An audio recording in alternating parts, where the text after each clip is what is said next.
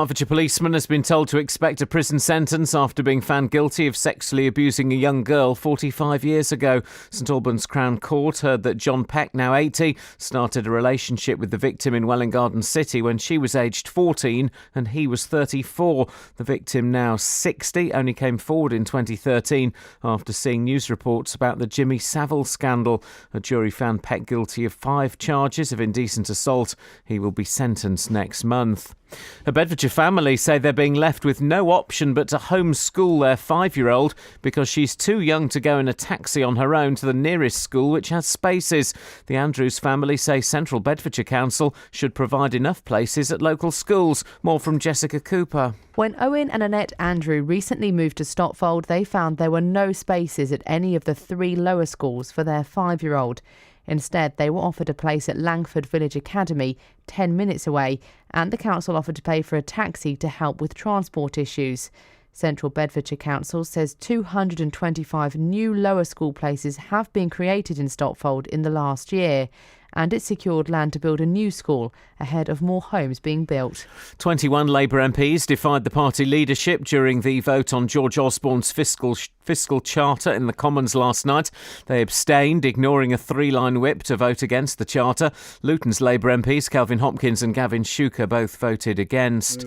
An inspection of 150 hospitals in England has concluded that 3/4 of them do not meet the required standard of safety. The Care Quality Commission also found large variations in the quality of care at GP practices and nursing homes.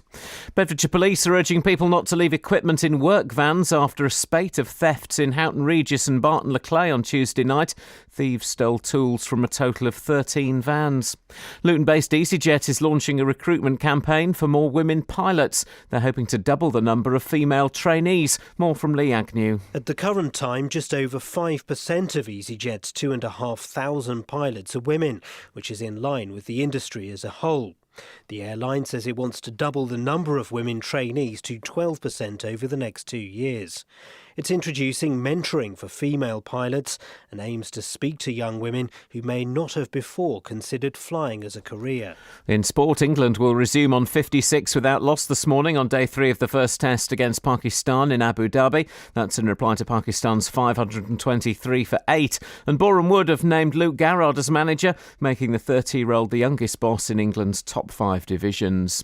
The weather, a mixture of sunshine and showers with a chilly breeze, a maximum temperature 13 degrees Celsius, and you can get the latest news and sport online at bbc.co.uk/3 counties. Yeah, yeah, yeah.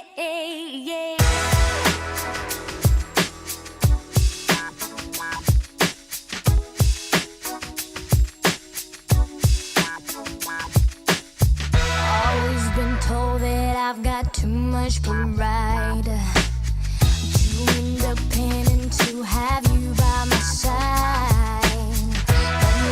Said all of you will say, just don't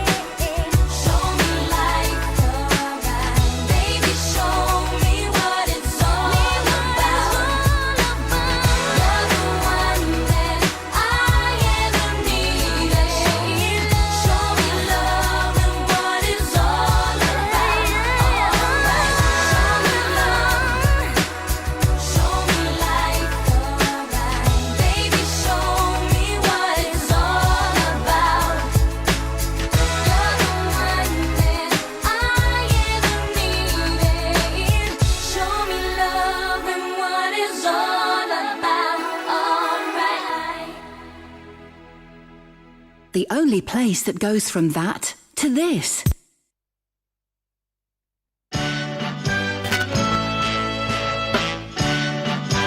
Easy listening for your afternoon. Once I believed that when love came to me, it would come with rockets, bells, and poetry. But with me and you, it just started quietly and grew. And believe it or not, now there's something groovy and good about whatever we got. And it's getting better, growing stronger, warm and wilder, getting better every day, better every day. I don't feel all turned on and starry-eyed. I just feel a sweet contentment deep inside. Holding you at night just seems kind of natural and right. And it's not hard to see that it isn't half of what it's gonna turn out to be. The music you want for your afternoon. Growing stronger, warm and wilder, getting better every day, better every day. Music to make lunch to. And I don't mind waiting. I don't mind waiting, 'cause no matter how long it takes, the two of us know that it's getting better, growing stronger, warm and wilder, getting better every day, better every day, getting better every day. It's getting better every day, getting better every day. It's getting better every day, getting better every day. And relax. The perfect music for your afternoon. Morning, guys. Yeah, that's right. Wow, they're fun. 03459 455 555. I just bought what I like to call... Oh. Hang on. What's going on here? Oh, no, thank you. I just bought Thinking Time. I'm trying to find... Can I just check... I heard two amazing bits of music on my way in today. I think this is one of them. Hang on one second. Not this one. I think this is one. Hang on. Yes, it is. This popped up on my iPod Shuffle. Do you know who this is? Here we go. Yeah. Get ready for it to rock. Is Here it we go. Black Lace? No, this is the Crossfires. Do you know who the Crossfires became? Ladies and gentlemen, would you please welcome to the stage the Turtles. Oh. This is what they used to do, and I think What, it's it's like Howie on the saxophone. Is it like summer camps Yeah, and I stuff? know. And then another amazing song came up by Paul Revere and the Raiders, who are one of my favourite bands, even though there were nobody over here. Oh, and I've not had deodorant for the last 4 days, by the way, guys. Can you stop wafting your arms about me? It's pretty funky over here. It's pretty funky. I've Not been in a using good way. a lot of aftershave. It turns out, here's the thing, eau de toilette is stronger than aftershave. It's like about 3 times stronger than aftershave. And that's a fact, apparently. I saw it on Wikipedia. What's that got to do with your armpits? Well, because I've been using aftershave when I should have been using eau de toilette to mask the smell of man musk. There's a brilliant Paul Revere song, and I cannot. I thought I had it on my computer, and I don't. I've got it, and it's in my iPod, and my iPod's in my car, and none of my team like me enough to go and get it. Good story. Thanks very much indeed. Classic bands. Now, a retired Hertfordshire policeman has been found guilty at St Albans Crown Court of sexually abusing a young girl 45 years ago. The victim only came forward in 2013 after seeing news reports about the Jimmy Savile sex scandal. Catherine, what has the court heard? Well, this case goes back to when the victim was 14 and John Peck, the defendant, was in his 30s. He's now 80, and the court heard that John Peck got to know his victim through a church in Welwyn Garden City, which is where he also served as a police officer. Not the church, but in Welwyn Garden City. In a video interview with the police, which was played to the jury, the 60-year-old victim said he kissed the girl on the lips when she was 14. When she was 15, she alleged that he took her on car trips where sexual activity took place. Similar acts are alleged to have taken place in her bedroom at her home in Welwyn Garden City. Now, these allegations are what led to John Peck's arrest, and although he denied 5 charges of indecent assault dating back to 1969 and 1970, he was found guilty. And what did the prosecution say? Well, the prosecutor was Michael Williams, and he said that Peck gained his victim's trust and affection through church, and at one stage the girl believed that he would leave his wife for her and they'd get married. Mr Williams said that he bought her jewellery and spoke of leaving his wife. It was all part of the grooming exercise. He was in a position of responsibility as a serving police officer and a member of that church. She was a schoolgirl aged under 16, and it was entirely unlawful what he was doing. There was a 20-year age difference between them. She came forward to the police in 2013. There was an awful lot of publicity about sexual abuse concerning Jimmy Savile. Now, the court was also told that he'd admitted certain activities with the girl that we're not going to go into this morning. No. But just, you know... He did things you shouldn't be doing with a rude stuff to her. 14-year-old. Yeah, it was completely inappropriate, yes. The jury found him guilty of 5 charges of indecent assault, and sentence on him was adjourned until next month when reports have been compiled. He was granted bail but warned to expect a prison sentence. And someone's suggesting that, well, we get this from time to time, that, it happened 45 years ago, it happened 30 years ago, it happened 20 years ago, that money grabbers, we shouldn't be following this. Who's banging on about that? Who's talking that nonsense this time? You're going to be speaking to him in an hour's time. Professor of Media and Criminal Justice at the University of Bedfordshire, John Silverman, says the power of victims has grown, not just in relation to Jimmy Savile, but there has been, in his words, an hysterical overreaction. He says there's no longer a happy balance, and at some point there'll be a reaction the other way. And in fact, the fact that this man was a policeman will probably have affected whether this crime was investigated.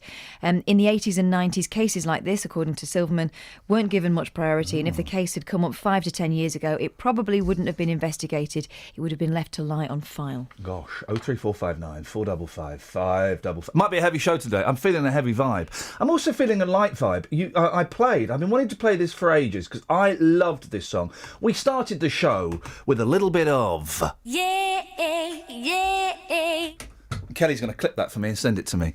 We started the show with that, a little bit of Robin. I like that song. I like that song. And as we were, you're not a fan, and that's fine. No, I didn't say that. I like the 90s I didn't pop. say that. I was thinking, what was the song she was actually famous for? That one? No. Show Me Love! She's famous for that one, and Kelly's going to tell us why. Kelly, well, you had a musical memory about that song, and this is going to be today's Down the Rabbit Hole phone-in. What was that song played, and her eyes kind of lit up. She went, oh, Robin! I went, yeah, I like a bit, Robin. And then she told me her musical memory about Robin's song, Show Me Love. Did someone show you love to it? I don't remember if it was that song, but it was one of Robin's hits. I wrote the lyrics out and gave it to a boy as a love letter. Gosh. When I was young. Wow. We're just Googling the lyrics And made it like it was my own. You pretended it was your own poetry. Robin. Wow. Robin. Was there no Britney available? Not at the time. Wowzers, okay. It was between that or Handsome. Ladies and gentlemen. So this is what the young what was his name? Go on. I'm not telling you. Have you got some Coldplay to go into this? No. No. I might have actually. I tell you what, let's do the travel and then we'll come back with production values. Travel news for beds, cards and bugs. BBC Three Counties Radio.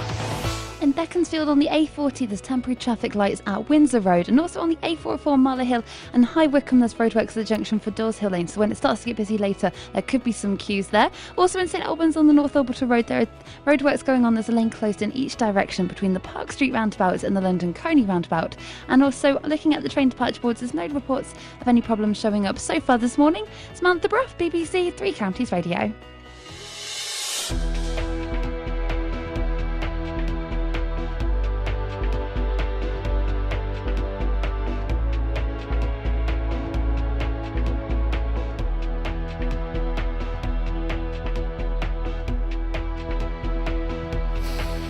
6:16, it's Thursday the 15th of October. I'm Iain Lee. These are your headlines on BBC Three Counties Radio.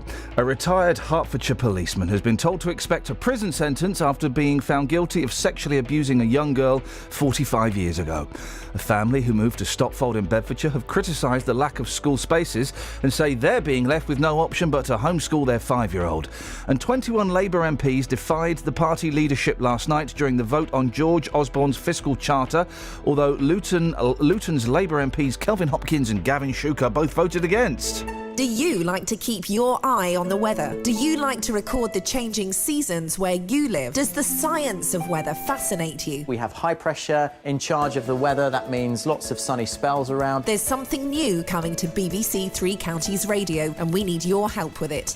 You'll need to have a computer, smartphone, or a tablet and access to the internet. If you're interested in taking part, send your contact details to 3cr@bbc.co.uk. That's old news. Hang on a minute, where does he come from? I wasn't expecting that to happen. Hang on one second, my computer's gone all to cock, which is always the best way. I think you can... right, ladies and gentlemen.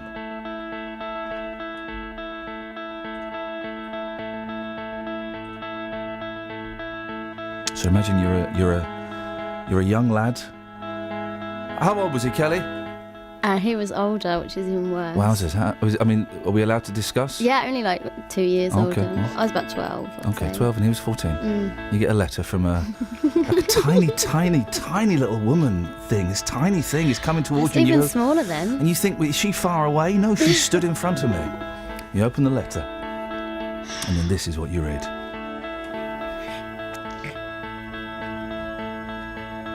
Ah, yeah. You've got to show me love. Heartbreaks and promises.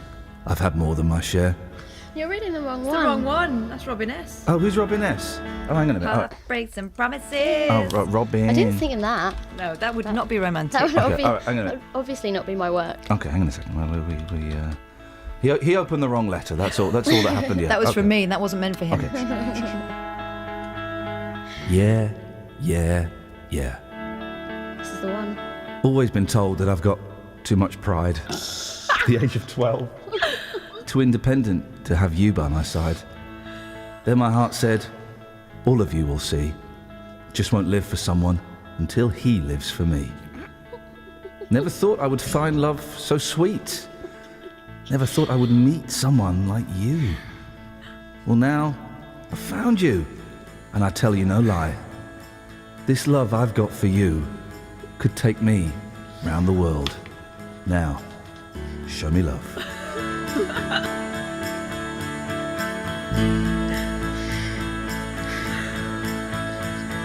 Show me love. Show me life. Baby, which he literally was at the time. Show me what it's all about. You're the one that I ever needed. Show me love and what it's all about. I can't even remember his name now. You're the one that I ever needed. That's not even... But then show me love and what it's all about. All right? Oh, there are several truckers right now who are pulling over. Make your own jokes. Don't waste this love I want to give to you. Tell me what you got. Show me what you can do.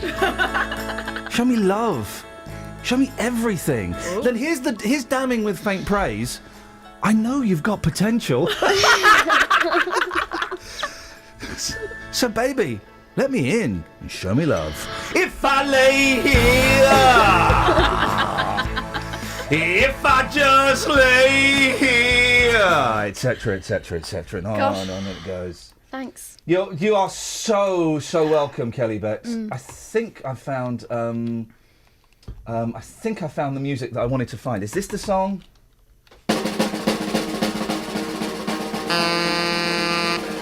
No, that's not the song. I'm trying to find. Was that a foghorn? A what horn? A foghorn. She did, didn't she? She did, didn't she? No, it's not that. It's a song about. It's Paul Revere and the Raiders, and it's a song, and it starts off so beautifully.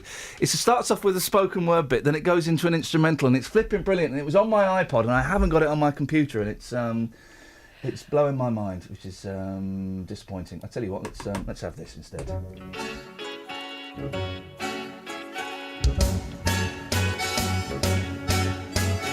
me and you, I do. I think about you day and night. It's only right to think about the girl you love and hope you die so happy together. If I should call you up in Amsterdam and you say you belong to me, and use my mind, imagine how the world would be so very fine, so happy together.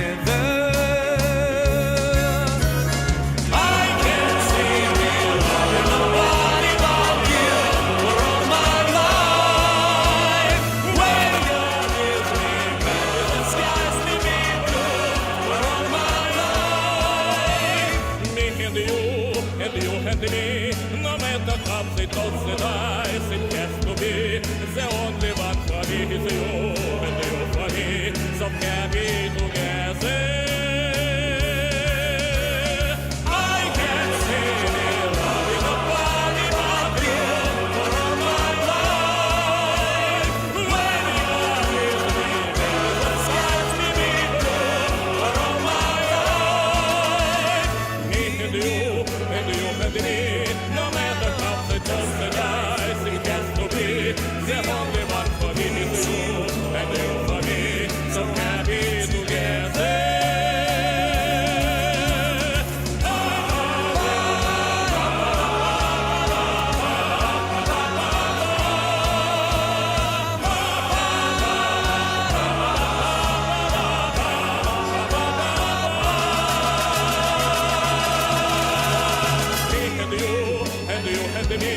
No matter how they toss the dice, it has to be the only one for me is you, and you for me, so happy together, so happy together, so happy together, so happy together, so happy together,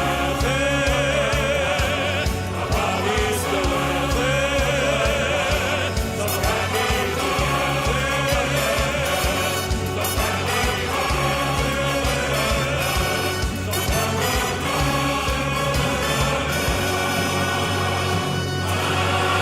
So if you've ever sent the lyrics of a song to someone as a love poem, I did it when Kerry dumped me. I sent her the... I remember writing it, because you had to write it down, obviously, by hand then, because Mum wasn't working at the place of the photocopier.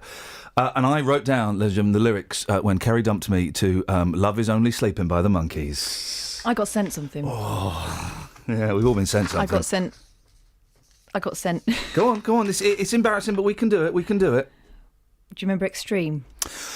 Saying I love you, not the words I want to hear from you. Yeah. Boom. That's what I got along with it. It's a good Yin song. Yang necklace.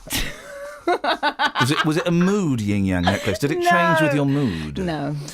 If you've ever used the lyrics of a song to try and gain favours, 03 459 455 555. David is in Hitchin. We're going to come to him after the news, because I want to move on to this story, if that's all right with Kelly. I'm assuming that we have the... yeah, there we go. The guest is all lined up, because Kelly knows what she's doing, despite everything. Now, a family from Bedfordshire say they'd rather homeschool their 5-year-old daughter than send her on her own in a taxi.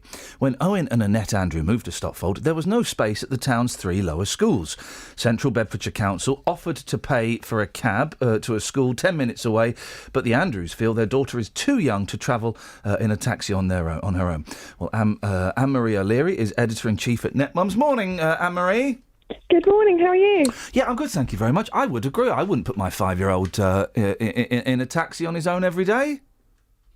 Yeah, it's a hard one, isn't it?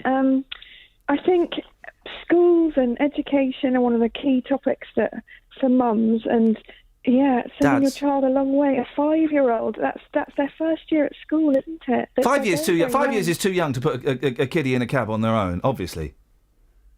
I would say on their own. I think that's too big a step. And I think a lot of the mums. I was asking a lot of the mums on our site last night, and they were incredulous that anyone would want to send a 5-year-old. Is this happening more and more? Because we know that there are problems with school places and kids being forced at gunpoint, kids being encouraged to get taxis to school. It is. It depends where you live, and obviously every local authority has different rules and regulations and different ways that they work out their system. But we are seeing a little bit more of it. Actually, there's somebody on my team in NetMums who has two children who go to the local school, one who didn't get in and has to send the little one on their own by taxi. So it is something that we're seeing more of. I guess if there's not a school bus system in place, then that is what the local authority has to resort to. Part of me thinks this family moved there, that they should have checked when you got kids and you buy a house, kind of the size of the living room and what kind of bathroom it's got sort of pales into insignificant. One of the first things you look at is what are the schools like and have they got any spaces and will I get in? True, except that it's a very movable feast. As you know what it's like when you're buying a house. It takes a long time. It takes months. They may well have phoned the local authority in advance and said, will there be spaces? The local authority said yes. But then as the sale went through and they moved in, everything changed again. There are waiting lists that move all the time, so you never really know. And you have to have exchanged and proved that you are finally living in that address before you can officially get your child a place. So it is very, very difficult. That indeed would be something that I would look into if I was going to be changing the rules. What can be done to ease pressure on school places, do you think? Oh, I do think that possibly we should be maybe looking at bending the rules in special circumstances like this. Oh, go on. How would you bend them? them? One more child, one more 5-year-old in a class. Really but the thing is, I badly. love your style. But if you do one more child, if you say, okay, we've got space for 30 kids in a classroom, plus one more, we won't say nothing. But then you're going to get another you're going to get a second family who go, well, hang on, that's not fair because our child can't get in. I don't think he really would, though. If he really looked at the numbers, I don't think there would be another 2 or 5 or 10 children waiting to get into that one class. Okay. Anne-Marie, nice to talk to you. Thanks very much. It's a ridiculous time of the day, and I appreciate you coming on. Anne-Marie O'Leary. How does she sound so perky at this time of the day? I just sound snarky and obnoxious. She's a mum. So, let's try that again. She's a mum and therefore a trooper. Thank you very much, Anne-Marie O'Leary, Editor-in-Chief at NetMums. So I had the day off yesterday. And don't worry, the results have come back negative. I was at my youngest son's Harvest Festival. That's where I was, and boy, oh boy, I sucked on life's pipe and I got a lungful of joy. Well worth bunking off for. And I didn't have to get up until 6:45. Flipping out, didn't that make a difference? The problem was, at the breakfast table, I was being rude about things in the newspaper and talking to my wife about the new funding method for the Bedfordshire Police. But apart from that, it was... normal? It was normal, guys. It was normal. Travel news for beds, cards and bugs. BBC Three Counties Radio.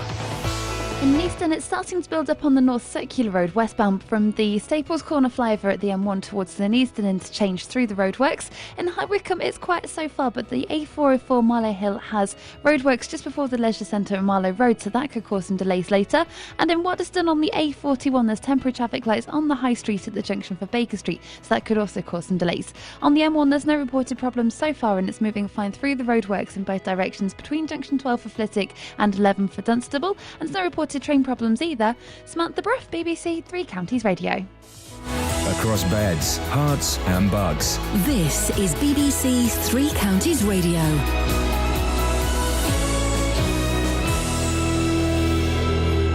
It's 6:30. I'm Simon Oxley. A retired Hertfordshire policeman has been told to expect a prison sentence after being found guilty of sexually abusing a young girl 45 years ago. St Albans Crown Court heard that John Peck, now 80, started a relationship with the victim in Welwyn Garden City when she was 14 and he was 34. A family who moved to Stotfold in Bedfordshire have criticised the lack of school spaces and say they're being left with no option but to homeschool their 5-year-old. And 21 Labour MPs defied the party leadership last night during the vote on George Osborne's fiscal charter, although Luton's Labour MPs, Calvin Hopkins and Gavin Shuker, did both vote against. Three Counties Sport. BBC Three Counties Radio. England will resume on 56 without loss this morning on day 3 of the first test against Pakistan in Abu Dhabi. That's in reply to Pakistan's 523 for 8. Play resumes at 7 o'clock our time. Former captain Michael Vaughan says England's batting yesterday was encouraging. Many teams, when a big score has been posted by the opposition, you get a period of play, an hour and a half, 2 hours a session, and you can fall. And you felt that this opening partnership just had to calm the situation down, and they've done that. It just proves the pitch is a real flat one. In football, Boreham Wood have named Luke Garrard as manager, making him the youngest boss in England's top 5 divisions. The 30-year-old was assistant to Iain Allinson, who resigned on Monday. He took caretaker charge for Tuesday night's National League defeat to Aldershot. BBC Sport has found that the cost of watching football in Britain has dropped or remained the same for most fans. The annual survey also found that Watford serve the second cheapest cup of tea in the Premier League at £1.70. More from David Ornstein. Now in its 5th year, the Price of Football study analysed the price of more than 700 tickets and found that 70% of them had been frozen or reduced this season. It's perhaps a sign that with more money coming into the sport than ever before, clubs are listening to fans' concerns. But the average price of the cheapest Premier League ticket is now more than £30 for the first time. The investigation, which includes the cost of pies, programmes and tea, also found replica Premier League shirt prices rose 4.8% this year. The Scottish Rugby Union are yet to decide whether or not to appeal against the 3-week suspensions handed to Johnny Gray and Ross Ford, which have ruled them out of the Rugby World Cup, and Wales will name the team later to play South Africa in Saturday's quarter-final at Twickenham. BBC Three Counties News and Sport, the next full bulletin at 7. Ladies and gentlemen, before Cat Stevens went all funny, he wrote rude songs about a non-existent wife.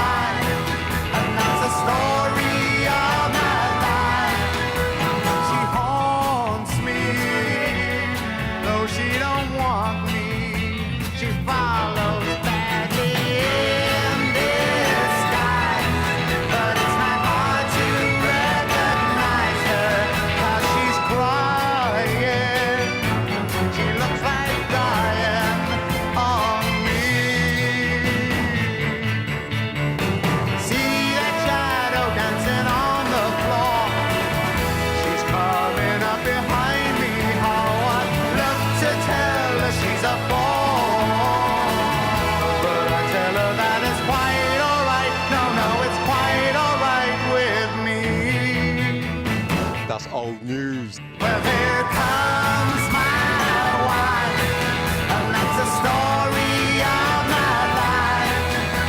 She haunts me, though she don't want me. She follows badly in disguise, but it's not hard to recognize her, 'cause she's crying. She looks like dying.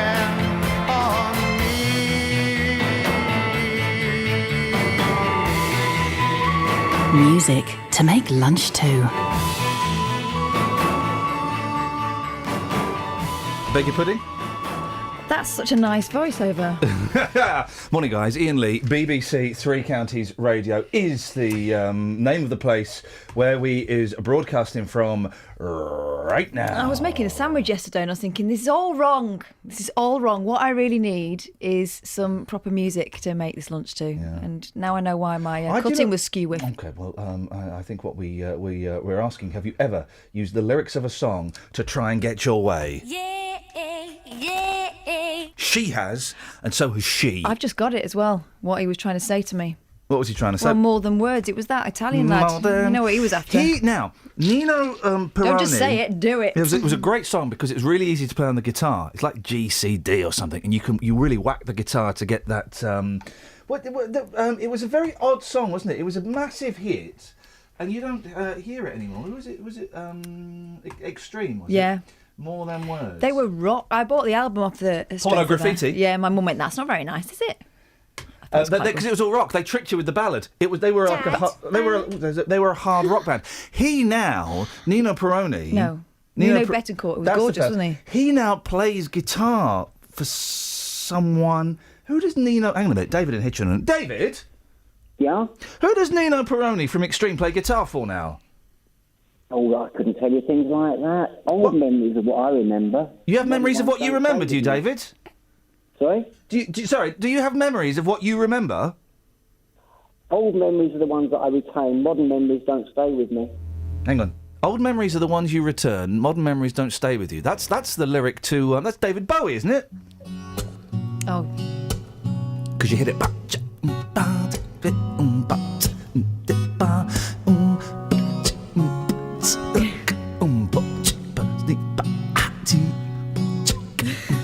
Actually miming this with a fake guitar.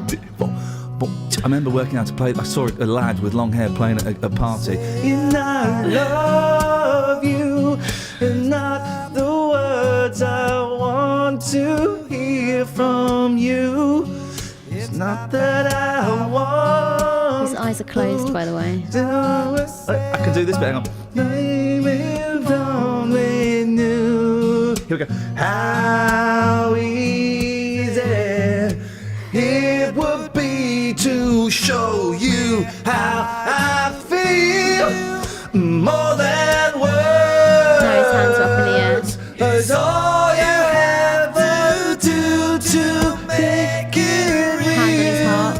Then you would have left to say that you love me. Why not? 'Cause I'd already know. Starting to stand up. He sat back down. What you do if I took those torn into more than words. Say you feel that my love for you is real. What would you say if I took those words away?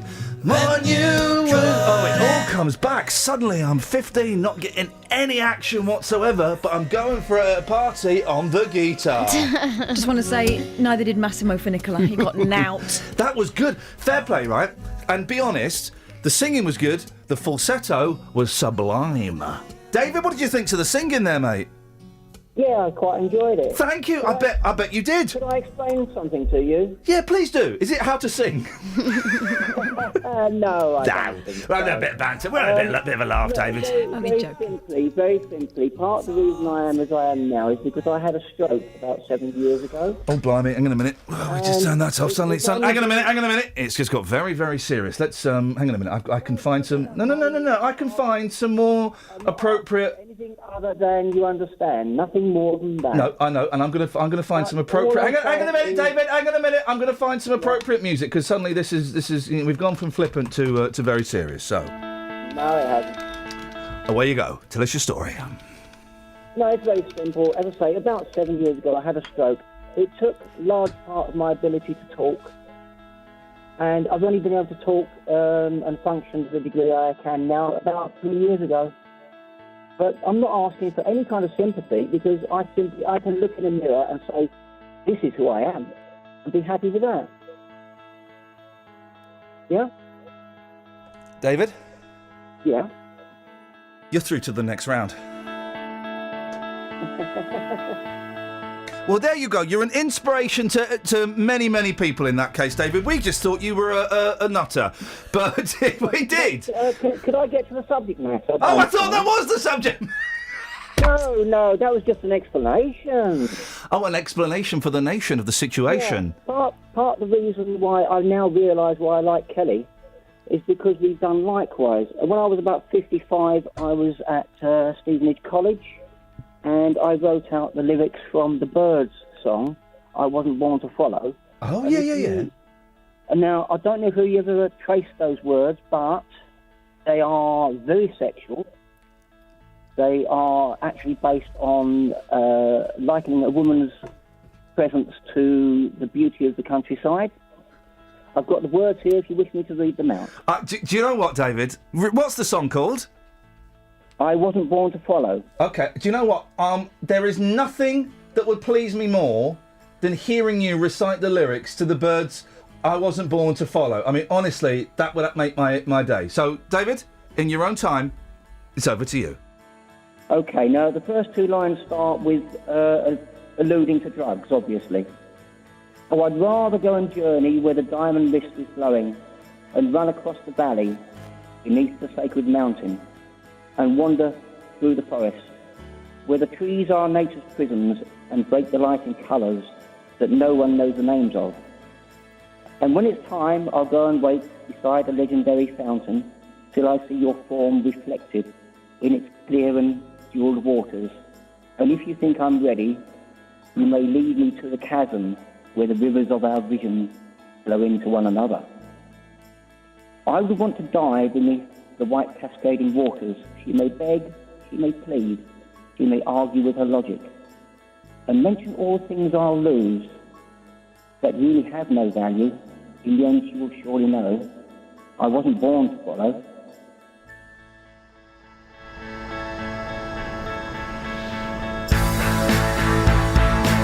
Music to make lunch to.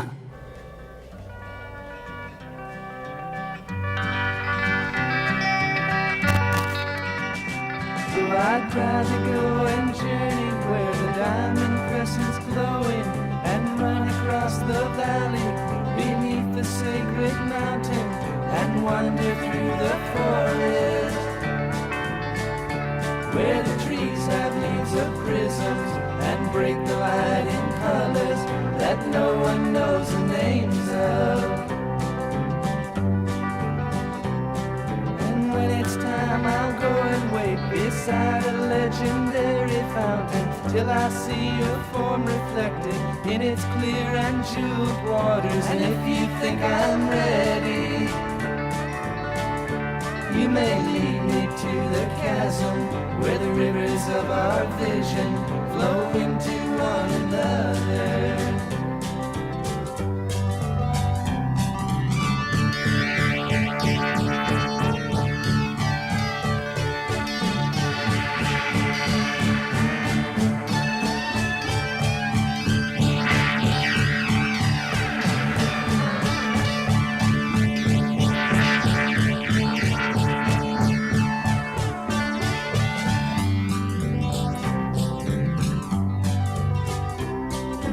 I will want to dive beneath the white cascading waters.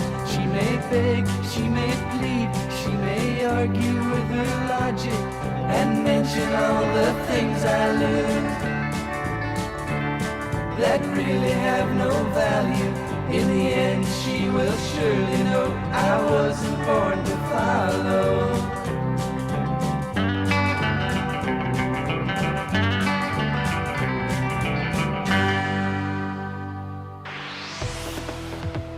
Travel news for beds, cards and bugs. BBC Three Counties Radio.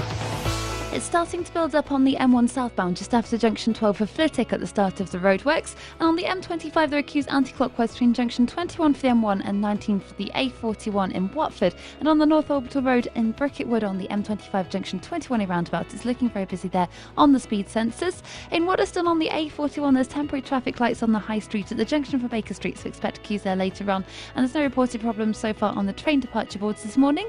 Samantha Bruff, BBC Three Counties Radio. Sammy, thank you very much indeed. Dealey, I don't know if there's anything. I can see Dealey's little forehead bobbing up and down. He's working on the computer. If there's anything in this, if you've ever used pop songs, rock lyrics, anything like that, if you've ever used it to get favours, or if you've ever palmed them off as your own, 03459 455 555. 6:46. I mean, I can't top that. I should just walk out now. I'm never going to beat that. These are your headlines on BBC Three Counties Radio. A retired Hertfordshire policeman has been told to expect a prison sentence after being found guilty of sexually abusing a young girl 45 years ago. A family who moved to Stopfold in Bedfordshire have criticised the lack of school spaces and say they're being left with no option but to homeschool their 5-year-old. And 21 Labour MPs defied the party leadership last night during the vote on George Osborne's fiscal charter, although Luton's Labour MPs Kelvin Hopkins and Gavin Shuker both voted against. Let's get the Wev. Beds, hearts and bucks weather. BBC Three Counties Radio.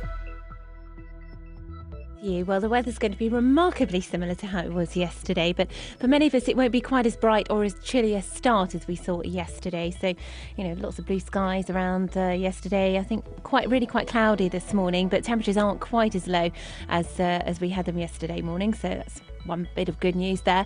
But cloud amounts will generally increase through the course of the morning. We're going to start to get some showers as well. Most of the showers are going to be quite light. We could see the odd sharper one, particularly across parts of Hertfordshire, I suspect, and it will feel quite chilly all the time with all of that cloud around. More cloud than we saw yesterday, and particularly so in exposure to that northeasterly wind. It's going to feel quite cool, and temperatures today probably no higher than around 12 or 13 Celsius. That's 55 in Fahrenheit. So quite a cool feel to the day again. And then overnight tonight we'll see temperatures drop to around 7 or 8 degrees. There will be some showers at first, but they'll gradually fade away through the course of the night. And then into tomorrow, probably a drier day actually across the three counties, but there's still going to be a lot of cloud. We'll still see that breeze, and it will probably pick up tomorrow as well. So feeling just that little bit windier and probably a little bit cooler as well. Again, highs are probably around 12, maybe 13 Celsius, 55 in Fahrenheit. And nothing much changes over the course of the weekend, but there will be the odd shower popping up here and there at times. We'll only start to see some changes into the beginning of next week. That's the forecast. Cheers, my dears. Three Counties Sport. Every Saturday, Three Counties Sport brings you the best coverage of your local team. This week, we'll bring you commentary on MK Dons versus Blackburn. Daniel Powell has scored an absolute worldie. Luton at Crawley. Here's McGeehan, right-footed, powers it in. Keeper, I think, got a hand to it. Stevenage hosting Wickham. And Stevenage, from 2-0 down, have got themselves back into this game. What a goal! What a goal by Wickham Wanderers. It's Michael Harriman. And then Watford at home to Arsenal. And Igalo is put forward on the floor, and Audio Igalo equalises for Watford. Three Counties Sport. Saturday from 2 here on BBC Three Counties Radio.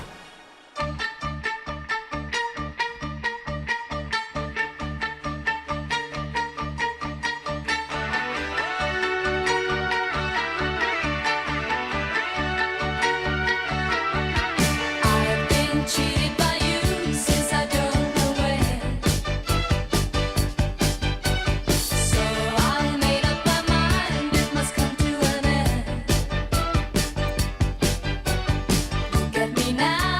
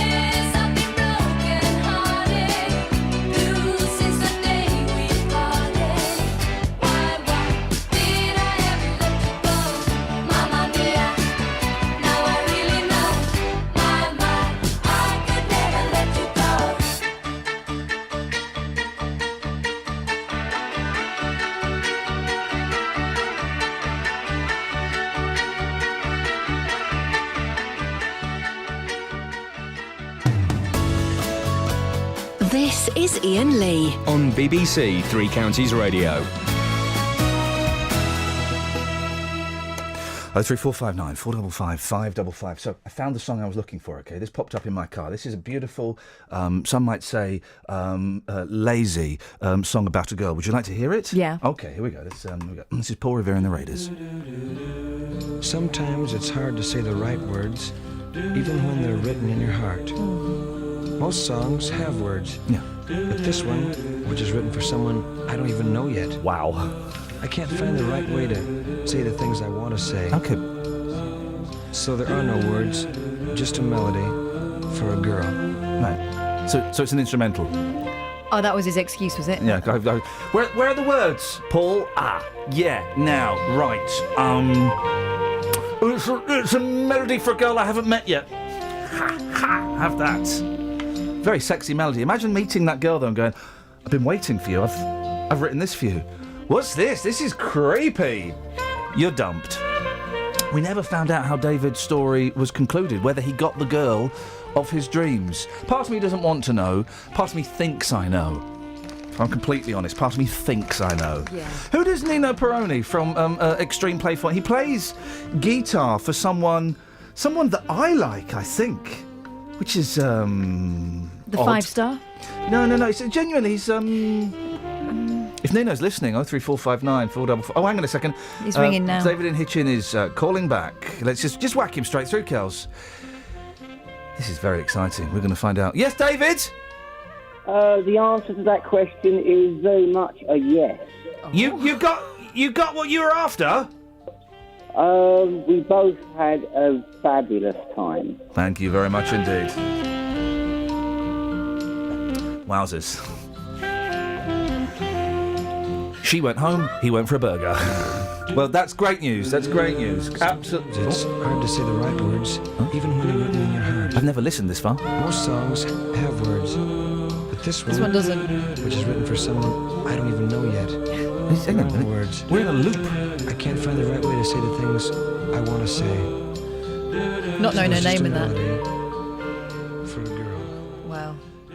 What a lazy honestly, chancer. I love Paul Revere and the Raiders so much. Speaking of Paul Revere and the Raiders, here's Paul.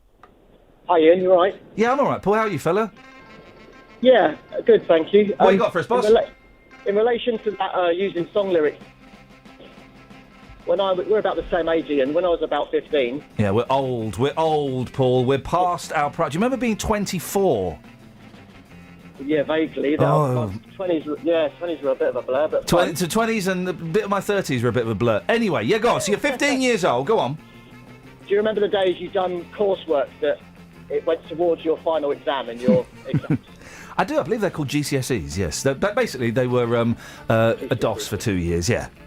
Yeah, it was a certificate to prove you went to school, really. Yeah.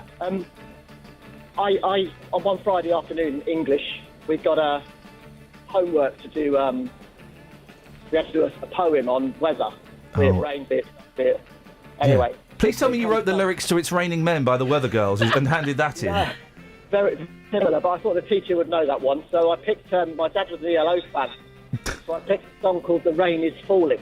Yes. I got an A4 sheet and done it on landscape, and I'd done a pencil skyline of a city, if you like, and then I wrote the lyrics to "The Rain Is Falling," and I handed it in, and then when I checked my homework about a few days later, I got an A. Oh. And the teacher put, "Did you really write this, Paul?" And I sent it back saying yes, and then put a plus by it. Wow! So he upped your grade because you lied. Yeah, that's yeah. amazing. Have you ever met Jeff Lynne to thank him for your A+? I haven't, in case he sues me. But I bet he would. I bet he would. I was just praying my teacher wasn't an ELO fan. It's an album track. It's an album track, Paul. Thank you very much indeed. Oh, there we go. Now we're settling into the groove. If you've ever used somebody else's lyrics to get you anywhere in life, whether it be the bedroom or it be the top of the class, 03459 455 555.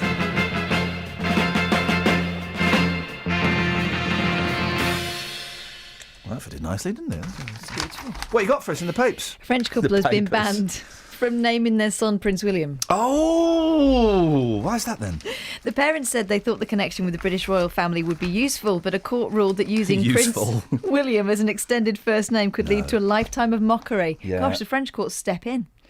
The couple from Perpignan in southern France, who can't be identified for legal reasons, they're called Marie Antoinette and Prince Charles. There we go. Then asked if they could use the name Mini Cooper after the classic British car. Yeah, these guys are obviously nuts. That too was overruled. The court cited an article of France's civil code which allows judges to protect a child from a potential lifetime of mockery by overruling the parents, a French legal source explained. In the last year, a court in Valenciennes, northern France, has banned one couple from naming their daughter Nutella after the chocolate spread, of course, and another from calling their baby girl Strawberry because both youngsters would face being mocked. Well, but they've still got names like Pierre and Michel when it means Michael and stuff, so they're getting mocked now. Until recently, you had to choose your French baby's name from a list. Until 1993, babies in France had to be given a name from a list deemed acceptable by government. Yeah, it's true. The list was scrapped, but a court can still ban names if they decide it's too flippin' stupid. Ladies and gentlemen, the French.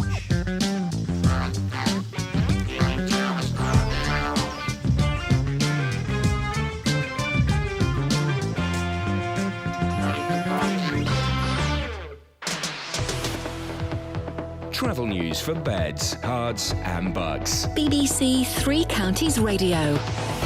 It's slow on the M1 southbound just after junction 12 for Flitwick at the start of the roadworks, and looking at speed sensors on the A5 through Hockliffe, it's starting to look a little busy now northbound, and on the A1M southbound it's very busy at junction 2 for Welham Green. In Neaston on the North Circular Road there are queues heading towards the Neaston interchange, and they're back from the M1 at the Staples Corner flyover because of roadworks where it's down to 2 lanes each way, and in Beaconsfield on the A40 there's temporary traffic lights at Windsor End, so that could cause some delays when it starts to get busier, but it's looking fine so far this morning. Samantha Bruff, BBC Three Counties Radio. Sammy, thank you very much. So, OK, this is it. We're settling into a nice little groove. I don't know how I'm ever going to top David's phone call, but we'll have a go. When have you used somebody else's lyrics to your own advantage? Maybe it was to woo that girl. Maybe you ended up having a nice time like David did. Or maybe it was to get to the top of the class. Maybe it was to get a job. 03459 455 555. Here comes the news. Local and vocal across beds, hearts and bucks. This is BBC Three Counties Radio.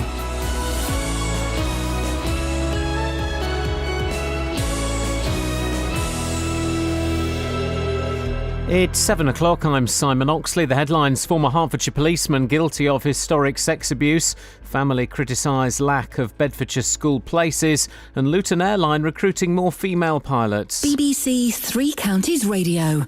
A retired Hertfordshire policeman has been told to expect a prison sentence after being found guilty of sexually abusing a young girl 45 years ago. St Albans Crown Court heard that John Peck, now 80, started a relationship with the victim in Welwyn Garden City when she was aged 14 and he was 34. The victim, now 60, only came forward in 2013 after seeing news reports about the Jimmy Savile scandal.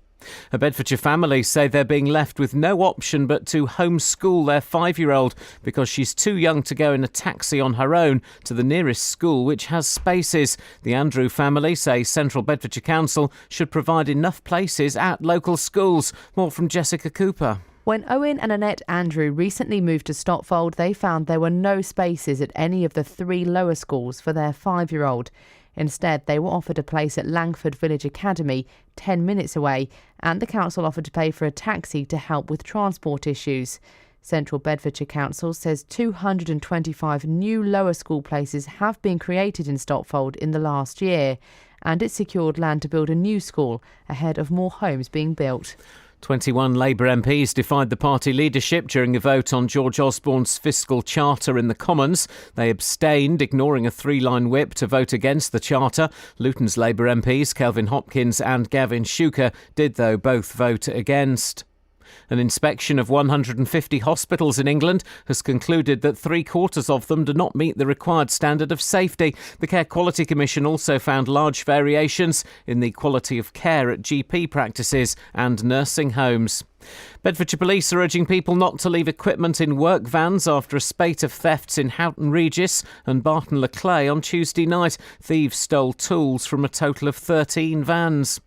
Luton-based EasyJet is launching a recruitment campaign for more women pilots. They're hoping to double the number of female trainees. More from Lee Agnew. At the current time, just over 5% of EasyJet's 2,500 pilots are women, which is in line with the industry as a whole. The airline says it wants to double the number of women trainees to 12% over the next 2 years. It's introducing mentoring for female pilots and aims to speak to young women who may not have before considered flying as a career. In sport, England are resuming on 56 without loss this morning on day 3 of the first test against Pakistan in Abu Dhabi. That's in reply to Pakistan's 523 for 8. And Boreham Wood have named Luke Garrard as manager, making the 30-year-old the youngest boss in England's top 5 divisions. The weather, a mixture of sunshine and showers with a chilly breeze, a maximum temperature 13 degrees Celsius. And you can get the latest news and sport online at bbc.co.uk/3 counties.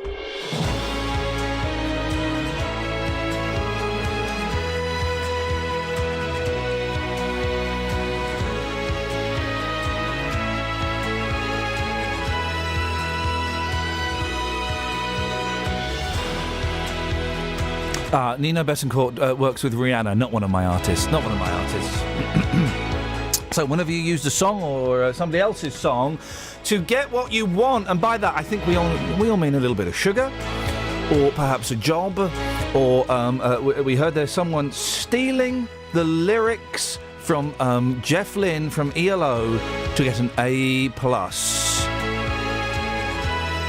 Basically, when have you ever done a Raj Paso and plagiarised? Do you remember that? That was outrageous.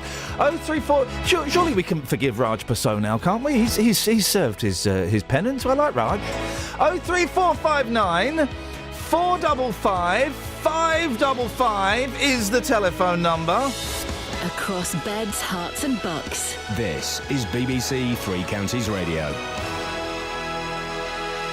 Okay, we've got a couple of texts there that we'll give a call back at some point. 03459 455 555 is the telephone number. If you want to give us a call, then you're more than welcome to. What time are the kids not here? What time are the kids that kind of? There's a cracking story in the papers about rude number plates, but I don't want to do it when. Oh, blimey! I'm reminded of what I heard on the radio the other day. You know when you got, and I'm going to say it, right? You know when you got kids, Catherine, in the car, right? Yeah. And if you've got to be careful listening to Radio 4 at any time of the day, because they're allowed to drop the C-bomb at like a play at 2:30. Are they? Yes, they are. And the kids are in the car, and I don't know what the programme was, but a woman said the phrase, and we had it very loud, and I'm really, put your fingers in your kids' ears, I'm going to say it. It's not, but premature ejaculation. Crikey. And I held my breath. I'm thinking, don't ask any questions. And my youngest went, Daddy, she said Jack. Because he's got a friend called Jack, you see, and he got all excited. Daddy, she said Jack. I said, yes, she did. Isn't that fantastic? 03459 455 555 is the telephone number if you want to give us a call. Can we get a couple of those texts up as well, please? Now, a retired Hertfordshire policeman has been found guilty of sexually abusing a young girl 45 years ago. The victim, who's now 60 years old, only came forward in 2013 after seeing news reports about the Jimmy Savile sex scandal. Well, John Silverman is a former BBC Home Affairs correspondent, now Professor of Media and Criminal Justice at the University of Bedfordshire. Morning, John. Yeah, good morning, Ian. Morning. What are your thoughts on this? Well, I mean, I think we've seen over the last 4 years, as a result of the Jimmy Savile effect, as it were, that a number of cases that probably wouldn't have been investigated by the police, say 5, 6, 10 years ago, are now being investigated. I mean, it is somewhat surprising that a case of 45 years ago has resulted in a trial, but the police were criticised at one time, and in fact are still criticised occasionally for not taking child abuse reports seriously enough and not throwing enough resources at them. So they are now investigating for the first time cases from way back. That can only be a good thing, can't it? Well, from the police point of view, we know that they're facing great pressure on resources, cuts in manpower and so on, woman power. they've obviously got to make decisions. They've got to triage, cases that are reported to them and decide what's going to be the likely outcome. Are we likely to find evidence from that far back? I mean, we're talking, about cases where there probably, almost certainly, wouldn't be any DNA evidence. Well, they found evidence. He's been found guilty. So in this case, you're not saying that there should be a time limit on, if someone rapes a child or sexually abuses a child. Are you suggesting there should be a time limit on how long? What would that be? 20 years? 30 years? No, of course not. I mean, in this country, there is no statute of limitation on serious crime. What I'm saying is that the police obviously have to make decisions about which cases they're going to, prioritise. I mean, when crime was running at a very, very high level in the 80s and 90s, when it was the focus of an awful lot of media and government attention, the police were focusing on things like burglary and car crime, and they weren't prioritising cases of child sexual abuse. And no one complained particularly at the time. Well, you can't compare the 80s to now, because the 80s, a lot of this was going on with Savile and other people. And also, shame on us, we didn't treat child sexual abuse as seriously as we should have done. No, but what I'm saying is that the police make decisions. I'm not saying they're right or wrong decisions, but they make decisions on the basis of what are priorities coming down from, the Home Office and other national agencies. And at that time, they were focusing on things like burglary and car crime. Now, the focus, quite rightly, since the Jimmy Savile revelations, is on child sex abuse, but clearly, most of their efforts are being concentrated on investigating current cases. And all the evidence shows that although there's been a huge increase in the number of child sex abuse reported to the police in the last 3 or 4 years, most of those are current cases. So it is fairly unusual for them to investigate a case 45 years old. But surely excellent that they are investigating a case 45 years old. That means they're taking it seriously, and that child abusers will not get away with, raping children. Well, yeah, I mean, they're sending out a message, and I think that's quite right, that however long ago an offence was committed, you're never going to be entirely safe or sure that you're not going to be investigated. This, again, I think is a result of the way victims are coming now to the forefront of the criminal justice system. If you go back to the 80s, early 90s, the role of the victim was seen very much almost as a kind of a bystander in the system. The system operated without the voice of the victim. Now the voice of the victim is being heard loud and clear, and that is right, but still the police are going to have to make decisions about their own resources. Okay. I can't work out, John, whether you think this is good or bad that this bloke's been found guilty. Maybe I'm being dumb at 7:10. I don't know what your position is on this. Well, I don't know. Why do you want me to think whether it's good or bad? I mean, it's not a simple black and white thing, is it? The police investigated this case. Yes, it is. Surely it is a simple black and white thing. Well, he raped a child. He's been found guilty. It's a good thing that 45 years later he is going to go to prison, or he's been found guilty. That is a good thing. Yeah, no, I don't disagree with that. But I mean, all I'm saying is I'm telling you the realities of policing. This does not mean to say that every case where someone comes forward and says, I was sexually abused from 1970, is necessarily going to be investigated by the police without other corroborating evidence. Now, in this case, they obviously did find that evidence, which is unusual from a case from 45 years ago. But I would suggest that there are many other cases where they would probably allow it to lie on the file because they would not think there would be sufficient evidence to discover after all this length of time. Okay. All right. And you don't think it's a waste of resources or anything? I don't think it's a waste of resources. No, clearly, because they got a conviction. I mean, if we were having this discussion and the Peck was his name, isn't it? If he'd been found not guilty, I suppose you could argue, well, a jury clearly didn't think there was sufficient evidence. Then you could have a discussion about a waste of resources. But he was found guilty, so the evidence was there. Absolutely fine. Okay. All right, John. Thank you very much indeed. I'm confused. You're confused. Everybody's confused. Someone's either misled me or someone's either bottled it. I don't know what's going on there. 03459 455 555. Thank you, John. John Silverman, former BBC Home Affairs correspondent, Professor of Media and Criminal Justice at the University of Bedfordshire. This is Iain Lee on BBC Three Counties Radio. Well, it wasn't what I was told it was going to be. I don't know. You get told one thing and you... Well, I don't know what was going on there. Does anyone know what was going on there? Snuffers, do you know what was going on there? No idea. Excellent. Morning, Snuffer. We'll move on then. What a surprise, being given dud information. Morning, Snuffers. Morning, how are you? What you got? Do you know what, fella? I'm all right. I've got a sore bottom, but I'm all right. Okay, I won't ask any further. No, don't ask any details. No names, no pack drill. But just, well, it's not. I won't go into detail because but I just, I'm a little bit sore. Gosh. Sorry.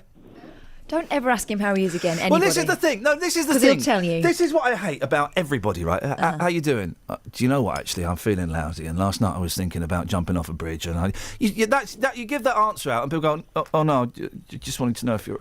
They don't mean the question. If you don't mean the question, don't ask the question. I got a sore bum.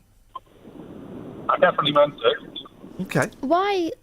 No. I shouldn't. No. How are you, Snuffers? And I mean that question. I want to know. How are you? I'm good. My phone battery is dying, so it might go halfway through. Okay. Well, what you're doing there is you're very politely hurrying me up, and I like that. You're getting to. All right, let's have it, Snuff. What you got? I once tried to woo a girl by using the lyrics from a Disney film, and it ended very, very badly.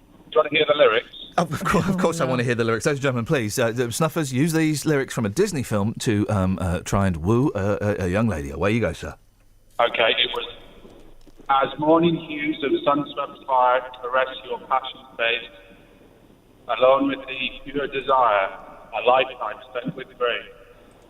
My lonesome heart would surely break if we were soon to part, but for now my soul will sing aloud as you dance into my heart. And she then turned around and said, "Is that from the Three Musketeers?" Busted. Oh no, mate! Were you honest? I was just like, damn, I've been rumbled, and just panicked and just kind of ended the conversation, sloped off, and tried to avoid her for the rest of my life. Ladies and gentlemen, thank you very much indeed. We can take that out onto the streets as well if you've ever had to avoid somebody. Ever. 03459 455 555. We'll take some of that. I watched a film the other day and I used to have the soundtrack. I never saw this film. We didn't go to the pictures a lot when I was a kid. We were poor. I did go and see Popeye, though, and I love Popeye with Robin Williams. I did go and see also a film that no one else has ever seen. Elliot Gould and Bill Cosby. The Devil and Max Devlin. Never seen that? I think I have seen that. Great film! Great film! Bill Cosby, he's the devil. How prophetic. But I was going somewhere with that. Oh, yeah. So I had the Rescuers soundtrack album, Disney film, The Rescuers. They were mice, weren't they? They were mice. RESCUE, Rescue Aid Society. I remember I copied the cover for a drawing competition at school and it got put up on the wall and everything. And then I saw The Rescuers was on Netflix the other night. We watched it last week for the first time. What a load of old rubbish. So, we've got three things. Ever used somebody else's lyrics to get personal gain? Ever had to avoid somebody? And have you ever been really, really excited about something only to be incredibly disappointed? 03459 455 555. Travel news for beds, cards and bugs. BBC Three Counties Radio. There's been an accident on the A1 Great North Road at the Black Cat roundabout southbound, so it's partially blocked and it's causing delays from the St Neots junction. On the M1, it's slow southbound through the roadworks from junction 12 for Flitwick to 11 for Dunstable, and it's also busy now on the A1M southbound between junction 7 for Stevenage, and the A414 Park Street's looking slow around the roadworks at the Park Street roundabouts. In Bricketwood on the North Orbital Road at the M25 junction 21A roundabout, that's looking slow on the speed sensors, and it's also busy on the M25 between junction 24 for Potters Bar, anti-clockwise to junction 23 for the A1M at South Mims. Samantha Bruff, BBC Three Counties Radio. Sammy, if you could have just heard the sentence I uttered off air, I mean, gosh. Absolutely potty-mouthed. And I meant every single word of it. They are. 7:16, Thursday, the 15th of October. I'm Iain Lee. These are your headlines on BBC Three Counties Radio. A retired Hertfordshire policeman has been told to expect a prison sentence after being found guilty of sexually abusing a young girl 45 years ago. A family who moved to Stopfold in Bedfordshire have criticised the lack of school spaces and say they're being left with no option but to homeschool their 5-year-old. And Luton-based EasyJet is launching a recruitment campaign for more women pilots. They're hoping to double the number of female trainees.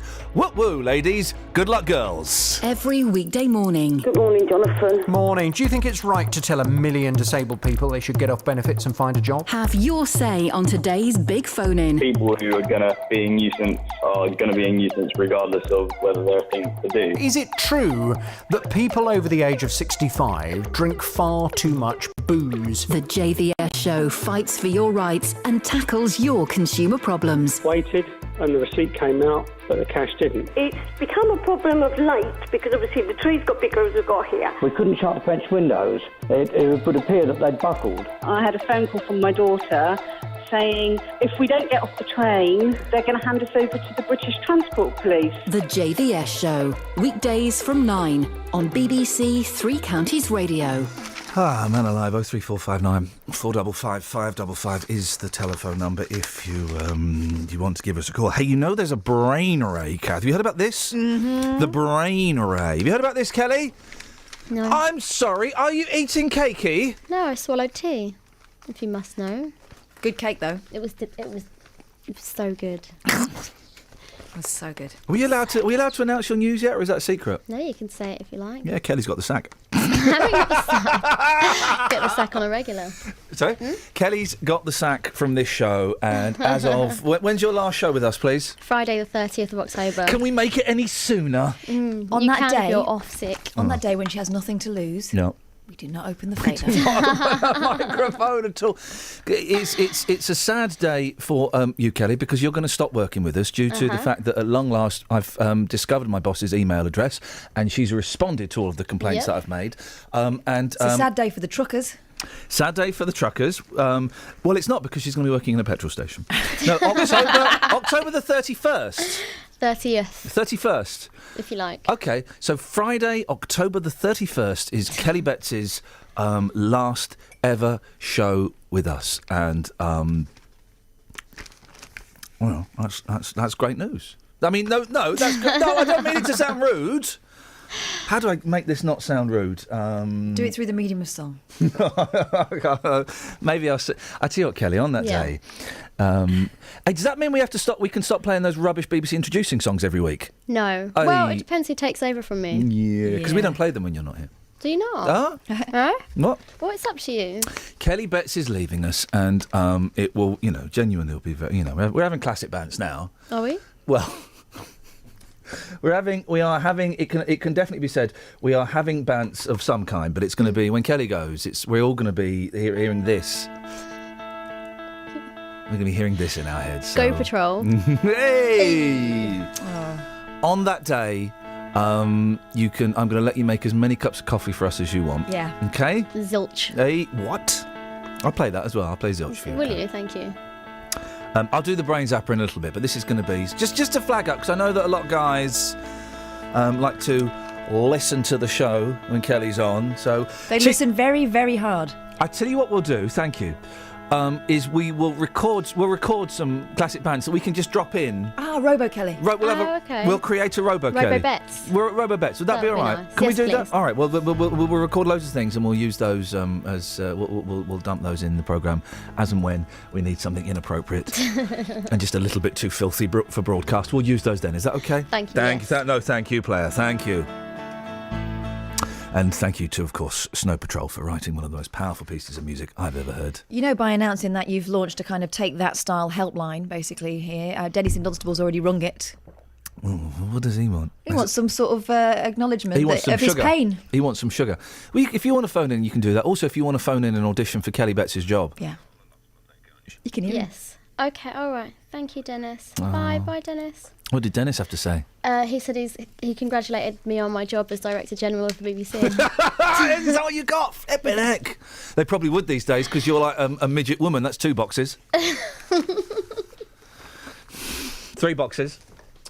03459. Do we still keep our jobs? You don't. Wow, feisty. If you want to audition for Kelly Betts' job, now is the time. Now, a family from Bedfordshire say they've been left with no option but to homeschool their 5-year-old daughter after refusing to send her in a taxi on her own to a school 10 minutes away. The Andrews recently moved to Stotfold, but when they applied to all 3 lower schools, they were told they were full.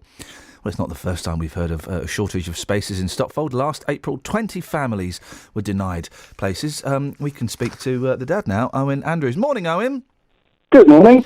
So, how did it work? Did you check the schools before you moved there to see if there was going to be space?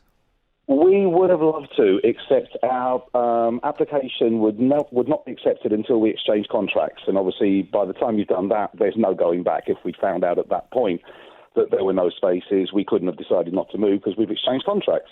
So our application was accepted at that point. Yeah. We moved, and then we got the news that, sorry, all 3 schools are full in year 1. We've got nothing for you. How do you find it? Is it you get you come downstairs one morning and there's the letter? Is that how it works? Basically, yes, that was it. Yeah, we got the letter. Actually, I think that might have been a phone call. The later appeal was certainly resolved by letter. But it was devastating. We've never known a situation like this.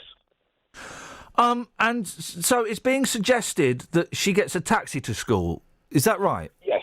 Well, apparently, I mean, we didn't know all the laws and regulations around this situation at all. We'd never come across this situation, but the council said that they were legally obliged to find her a position in a school, which they did. They said the nearest one was in Langford. Obviously, there are schools nearer than Langford to Stotfold, but they come under North Hart, so that's no use to Central Beds. Right. I said, well, the problem is I can't guarantee to be able to take her there and pick her up every single day because of my work schedule. They said, no problem. Well, we're obliged to get her there too, so we'll offer a taxi. Who puts their 5-year-old daughter in a car with a stranger?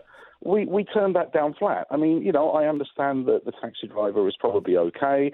Oh no, I wouldn't put my 5-year-old into a taxi with someone. No, I wouldn't do that. You've always got that nagging doubt in your mind, and it's our job to keep her safe. We're not going to put her at any element of risk whatsoever. We had to turn that down, so we're left with nothing. So why can't you take her? Basically, my working hours mean that I can take her in the morning, but I'm not always available at closing time at the school to pick her up. My wife doesn't drive. We're not prepared to use the taxi. We've only just moved to Stotfold. We don't know a soul in the area yet who we could ask for lifts. But then how do you ask for lifts every single day anyway if my work got in the way of picking her up? So we're just left with no way for her to get home on certain days of the week. I don't know the area at all. So you obviously know it better than me. Can't your wife get a bus to pick her up? We would love for that to happen. We looked into that. The first bus that would get us from Stotfold to Langford would get there at lunchtime, I think it was about 1:15 in the afternoon, and the only bus to get her back would be half an hour later. So, yeah, if she was happy to go to school for all of, let's say, by the time you've walked from the bus stop to the school and then back to the bus stop again, maybe 20 minutes a day, that would work. So there are no other buses that could work? There are no other buses that we've managed to find that would work, no. Can your wife learn to drive? That is our intention, yeah. That's actually been our intention for quite a while, but we just haven't got around to that yet. But yes, I mean, she can learn to drive, but obviously that takes time. Our daughter needs to be in school now. Yeah. She needed to be in school from last month. I mean, how long would it take for your? I'm just looking at all the options, okay? Just because I know that other people will phone up and say, well, why didn't you ask him this? This is just why I'm asking, Simon, and I appreciate you asking. How long would it take for your wife to walk there? About 8 miles, probably in the region of 2 to 3 hours, I would imagine. Okay. Cycle? Cycling is not something that is really feasible. Why is that? There are minor health implications. Okay, fair enough. Don't need to say any more. And obviously, my daughter being 5 doesn't really know how to ride a bike yet. No, but you get those little you get little strap-on seats, don't you, for kiddies on bikes? I saw someone doing it the other day. I personally wouldn't. Yeah. But what about does the school have any after-school clubs? We haven't looked into that. I don't know about that. But it's not a case of me having to pick her up from school later because of my working hours. It's a case of having to pick her up earlier. Later, I will still be at work. I work for the entire evening until past midnight. So that wouldn't solve anything for us. And there's, I mean, when we're parents, we kind of, we have to change things, and we have to, we have to be flexible around our kids and around our school. That's kind of part of being a parent, isn't it? Can you not go and befriend some of the parents and see if you can get like kind of a car sharing club going? That's not really. That's something that's very difficult to do. I mean, when Why? you don't already It's know not, is it? You people- just go up to the school and you say, "Listen, I'm really stuck. Is there anybody? Whereabouts do you live? Is there anywhere you go and glad hand people, don't you?" Yeah. But then, I mean, how many of the parents at that school have kids that live in, or how many of those families live in Stockport? The same I don't know. as we do? We just don't know. We'd have to go around and ask absolutely everybody. Yeah. And we'd be doing this not necessarily for our benefit, but for the benefit of the council, who. Well, no, Owen, no. You wouldn't be doing it for the benefit of the council. You'd be doing it for the benefit of your daughter. And we have to. You go around and you ask people. You take an afternoon. You maybe have a few flyers printed up. You go around and you say, "Hello, I'm Susie's dad, and we're in a little bit of problem. We live in Stock," and you explain the situation. Go and talk to people. The point is, these people are still strangers to us. I mean, at least initially, a stranger is just a friend you've never met. So they say. But at least initially, in the early days, this would be no different to putting her in a taxi. These are people that we don't know. Okay. So, how often a week could you not pick up your daughter? It would vary according to the jobs that I have on, but it would average out to at least once a week, and some weeks twice. And it would mean having to pick her up at maybe noon or 1 o'clock in the afternoon in order that she has a way of getting home.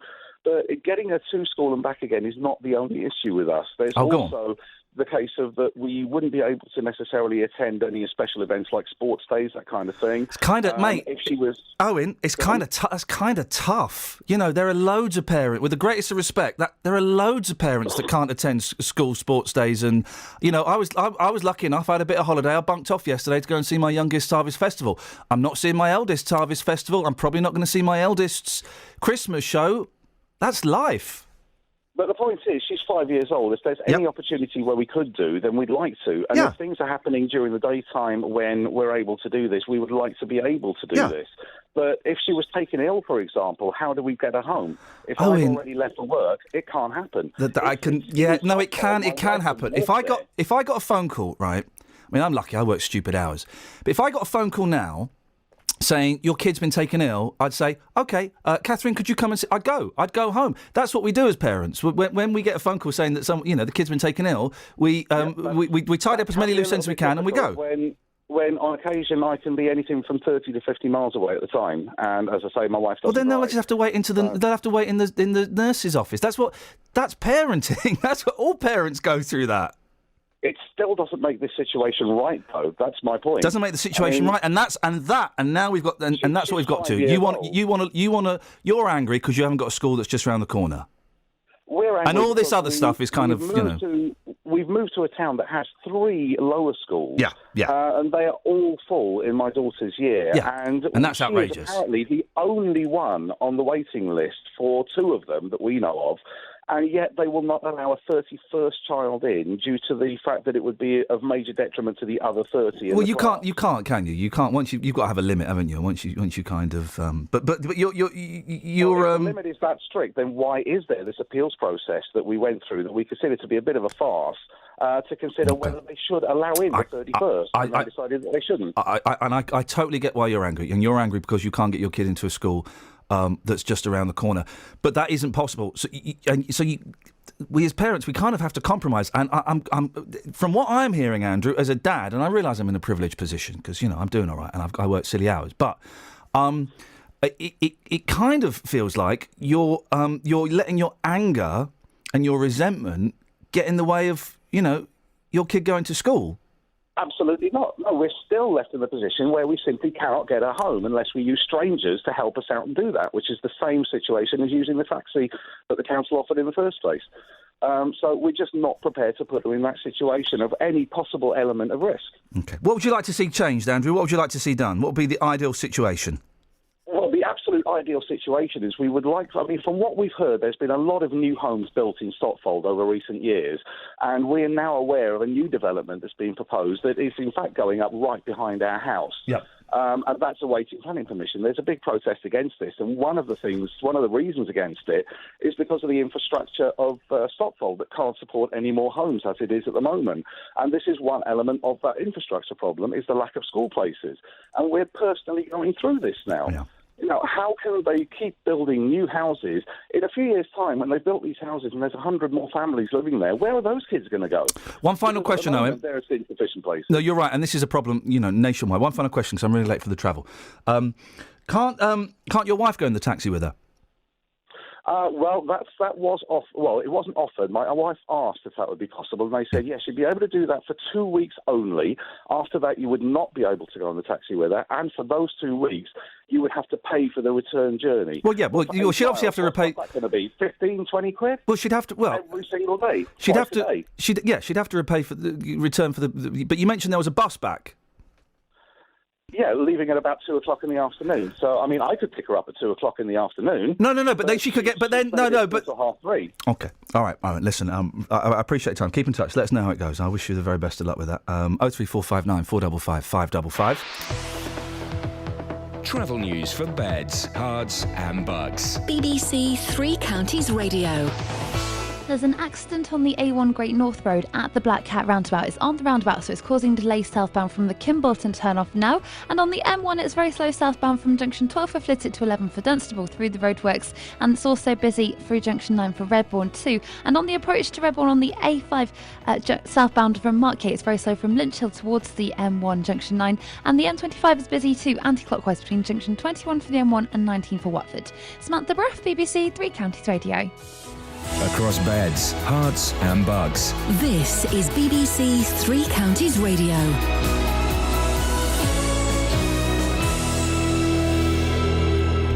With the headlines, I'm Simon Oxley. A retired Hertfordshire policeman has been told to expect a prison sentence after being found guilty of sexually abusing a young girl 45 years ago.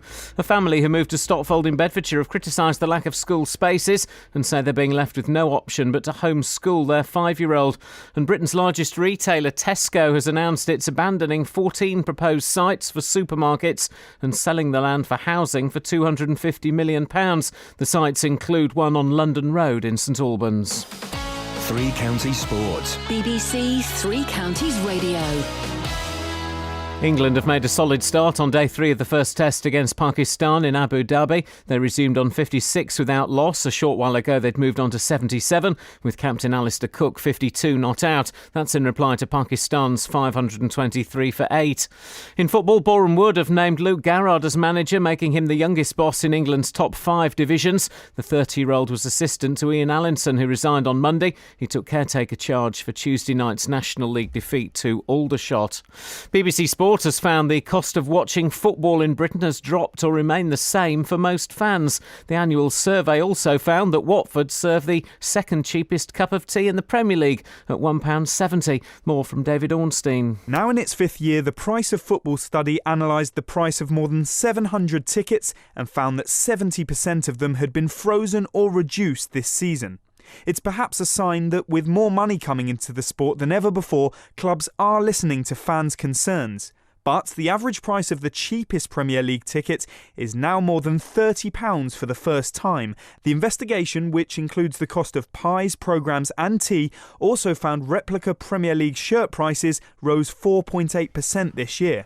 The Scottish Rugby Union are yet to decide whether or not to appeal against the 3-week suspensions handed to Johnny Gray and Ross Ford, which have ruled them out of the rest of the Rugby World Cup. And Wales will name their team later to play South Africa in Saturday's quarter-final at Twickenham. BBC Three Counties News and Sport, the next full bulletin at 8. Well, I'm not the kind to kiss and tell, but I've been seen with Farrah. I've never been with anything less than a 9. So fine, I've been on fire with Sally Field, gone past with a girl named Bo, but somehow they just don't end up as mine. It's a death-defying life I lead. I take my chances.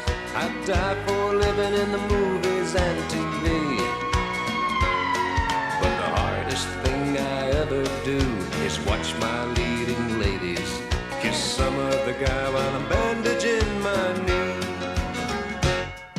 might fall from a tall building. I might roll a brand new car. 'Cause I'm the unknown stuntman that made Redford such a star.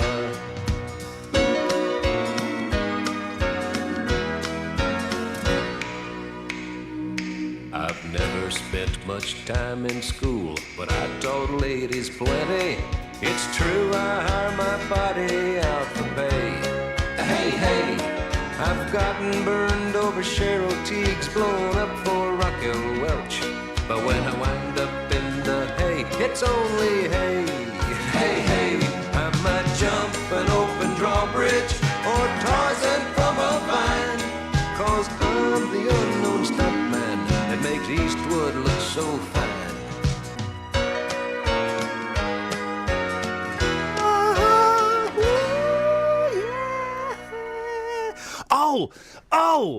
So I had a scammer phone me the other day. And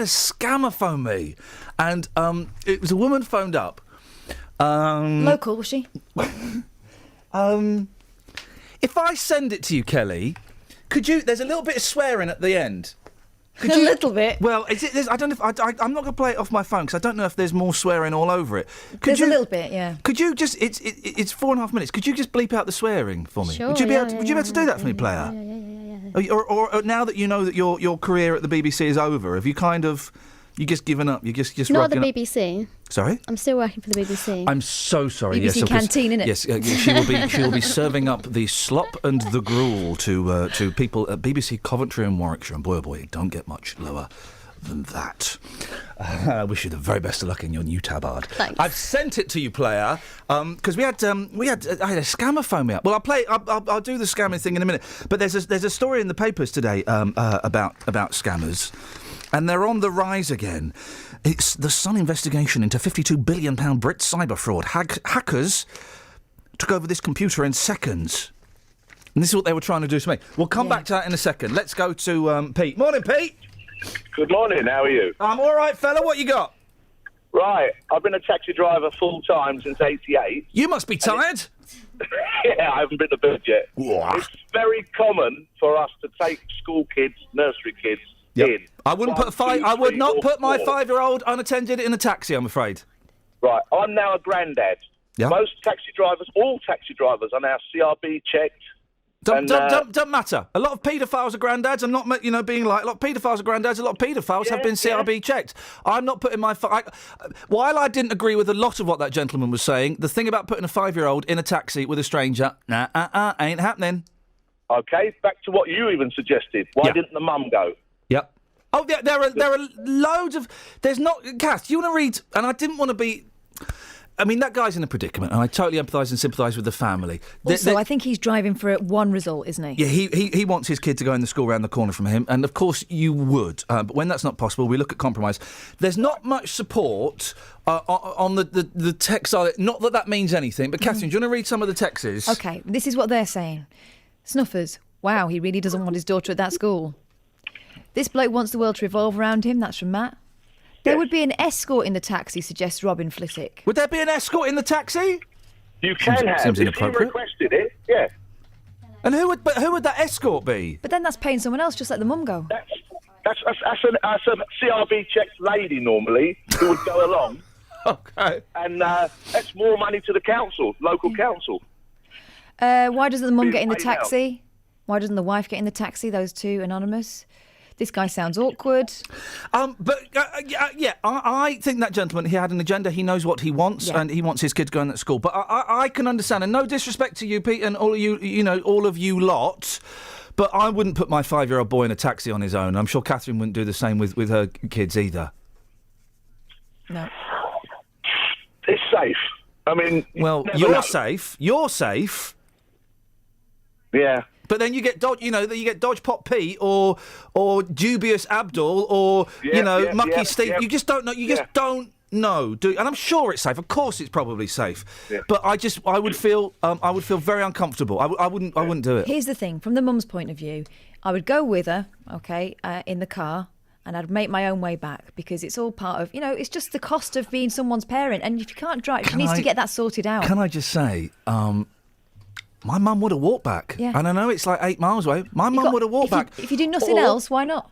Or she would have hung around there all day. She would have gone and done, I don't know, and I don't mean to sound patronising, it was the 70s. She would have done a bit of shopping, or she would have, she would have done something. She would have done it to make sure I got to school. If she was driving, she'd have paid her own petrol, so just chalk it up to that.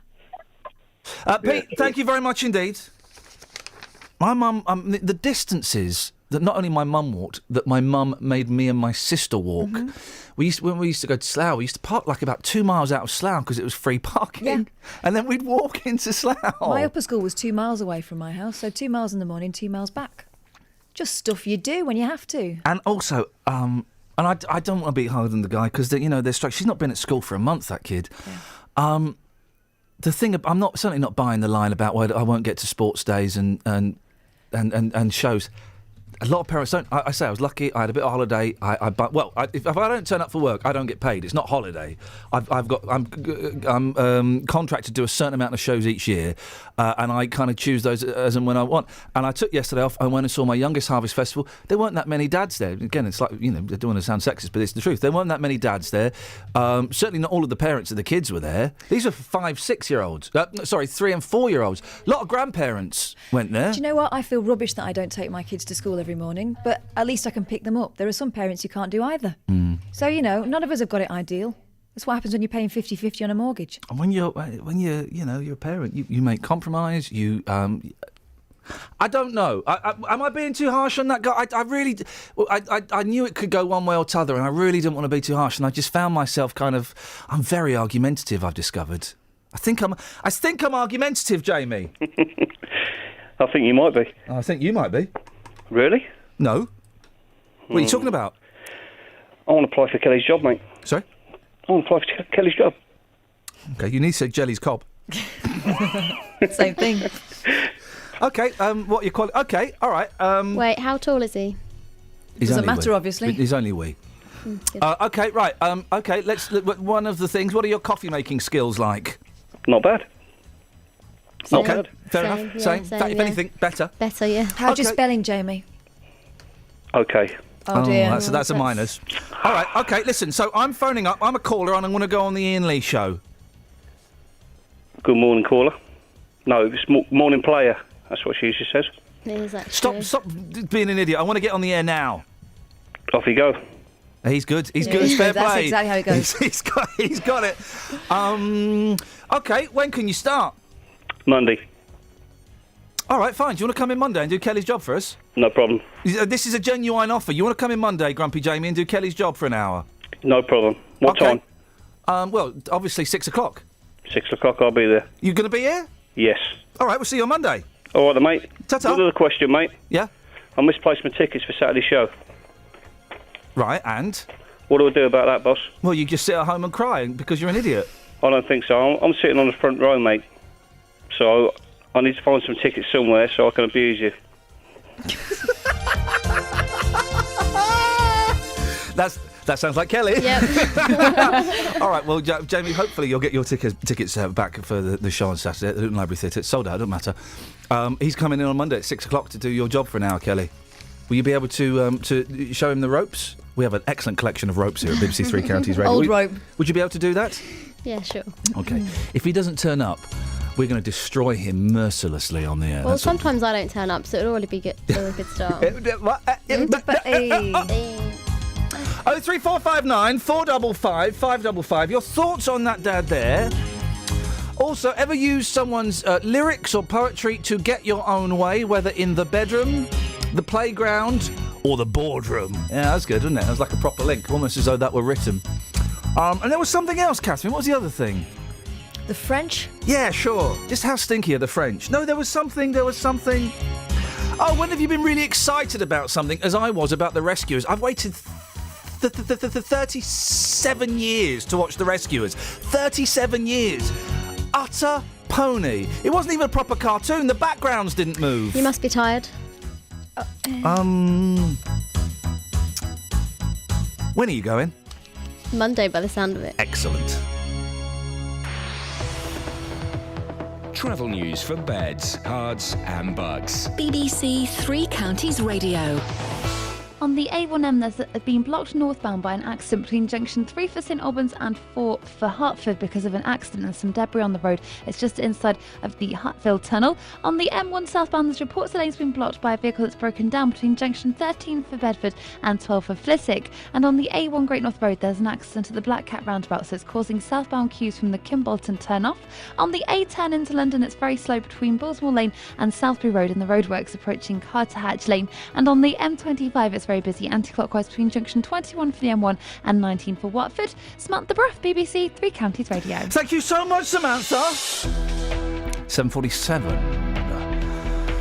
The vibe is strong with this one. It's Thursday, the 15th of October. I'm Iain Lee. These are your headlines on BBC Three Counties Radio. A retired Hertfordshire policeman has been told to expect a prison sentence after being found guilty of sexually abusing a young girl 45 years ago. A family who moved to Stopfold in Bedfordshire have criticised the lack of school spaces and say they're being left with no option but to homeschool their 5-year-old. And look out, fellas, Luton-based EasyJet is launching a recruitment campaign to find some more beautiful lady pilots to fly their planes. Good luck with that, girls. Woo-woo. That's all right, isn't it? What-woo? It's wit-woo. Woo-woo. No, wit-woo. Wit-woo. Yeah, wit-woo. Wit-woo. But you're not complaining about the tone of the story, just the phrase I'm using at the end. I mean, the tone is all wrong too, but let's just concentrate on the easy things. Okay, woo-woo. Beds, hearts and bucks weather. BBC Three Counties Radio. Hello, very good morning to you. It's a cloudier start than we saw this time yesterday. It's not quite as chilly either, that's the good news. But the cloud is generally going to tend to build, increase through the course of the morning. We'll get some showers around as well. It's looking fairly similar to how it was yesterday, really. We've got a rather chilly northeasterly breeze too, and top temperatures of only around 12 or 13 Celsius, 55 in Fahrenheit. There will be some brightness around at times, but a bit more cloud, a little bit cooler than it was yesterday. Now, overnight tonight, the showers will tend to gradually fade away, continuing for a time though. Lows are probably around 8 or 9 degrees, an awful lot of cloud around the breeze is going to continue. Temperatures not getting that low, I suppose, underneath all of that cloud. And then tomorrow, probably a drier day. We may just see a few showers towards parts of Hertfordshire through the morning, but I think for the most part a dry day. A lot of cloud around again. The breeze is going to tend to pick up, so feeling really quite brisk tomorrow. And exposure to that, it will feel quite chilly at times. Highs of, again, only around 12 or 13 Celsius. Some brightness about at times, maybe even a few spells of sunshine, but an awful lot of cloud, and not a lot is going to change over the weekend, but we will see the risk of some showers. Again, that's the forecast. Thank you, Elizabeth. Sit back and relax. I want to tell you a story. Tomorrow, our short story season launches here on BBC Three Counties Radio. The sunlight suddenly shone too brightly. A season dedicated to great stories written by you. Veins rippled innocently on the turquoise floor of the pool. And brought to life by us. And the sultry afternoon air suffocated us in its heavy blanket. Short story season starts tomorrow with Nick Coffer here on BBC Three Counties Radio. Okay, so we were speaking to that dad about the school. Most people kind of think that he's wrong. And he should compromise more. Pete's emailed, "Morning, Ian. I think you're being too hard. All this chap wants is what every other ratepayer in his vicinity is getting, a local school. To ask him to taxi or reach a compromise to get his kid to a school 8 miles away is wrong. It's not his fault. He shouldn't have to be having to bend over backwards to cover for the council's inadequacy. I before E, infrastructure before expansion. If you put up more houses, you need more schools. Give the guy a break and beat the council up. Have a nice day, smiley face, Pete." Yeah, I mean, in an ideal world, that would be the situation. We'd all have a primary school round the corner from us, and we could, stand at the end of our path and wave as the kids walked off to school on their own. Sadly, Pete, I happen to live in the real world, and that's not how it works. It's not how it works. It'd be great if it did. But it's not how it works. So you have to work with what you're given. And what he's given is he's got a school that's 8 miles away. And you have to try and find a compromise around that. I'm sure you'd understand. But thank you. 03459 455 555. It's Ribena Rosie. Hello. Hello. You've ditched the bunches. Yeah, I have. Good. I think I only ever had those once for a show that I was in. What show were you in? Oh, it was a sort of compassion concert to raise money for a charity called Compassion. All right. And what do they offer? Compassion? Oh, nice. Yeah, they sponsor children, basically. Oh, okay. Well, good luck to those guys. And But why did you need bunches for that? Are bunches more compassionate? Playing the part of a 7-year-old girl. Blimey, okay, flipping heck, wowzers. Tomorrow. Yeah, okay, flipping heck. Tomorrow, the sun will come out tomorrow. Betcha. They remade Annie, didn't they? Like with a hip hop beat. Oh, ghastly! Don't tell me. Who was in it? Was it Jamie Foxx that was in it? Yeah, it was. I've seen it. Who was it? Jamie Foxx. Jamie Foxx. And and who else was in it? That's kind of it. Basically, it was Black Annie, wasn't it? It was the kind of modern, and he was modern. And it just kind of a cross between Daddy Warbucks and Jay-Z. Yeah, I mean, the first Annie wasn't much cop. You know. But I loved it as a kid, as a little girl. Now I'm definitely on Team Hannigan. Yeah, I mean, I mean, my afternoons are pretty much that orphanage. Hey, you get recommended. It's either on Netflix or Amazon Prime, Rosie. You get recommended films, right? Because you watch this, you're like this, right? Oh yeah. Guess what they recommended me? I'm trying to think.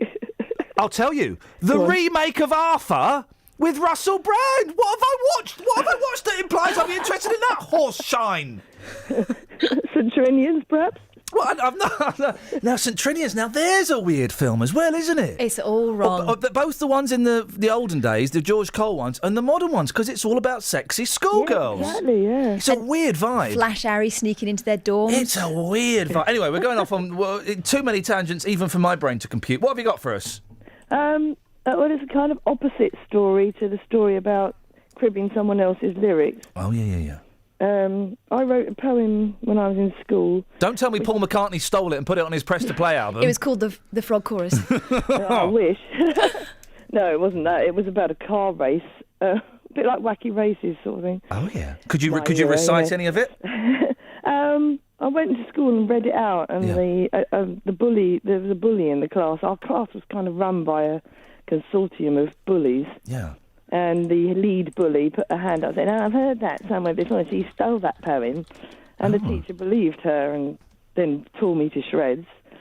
So I went home and told my mum, and my mum wrote a very stinky letter to this teacher, on which point she then tore me to shreds for accusing her of tearing me to shreds. Gosh, what? Hang on a second. It's like Shakespeare. So you were William Shakespeare, and the school bully was Christopher Marlowe. This is awesomeness. Hey, guess who we've got coming on in November at some point? Ray Davies. No, we put in a bid for Ray Davies. We haven't got him, although he's on Danny Baker's show on Saturday, I've been told. I know he's been on Nick Coffers as well, hasn't he? Yeah, I know. That was in the... No. We've got one better. We've got one better than Ray Davies. Yeah. We got...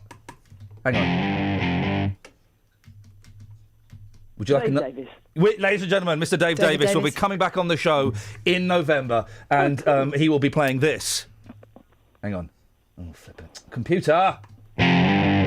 He won't be playing that, of course, but Dave Davies. Are you going to go and... Now, he's playing a gig December the 18th in London. Are you going? I think we are. Yeah, I'll see you there. Do you know what? I'm going to book a ticket straight after the show. I'll see you there, Rosie.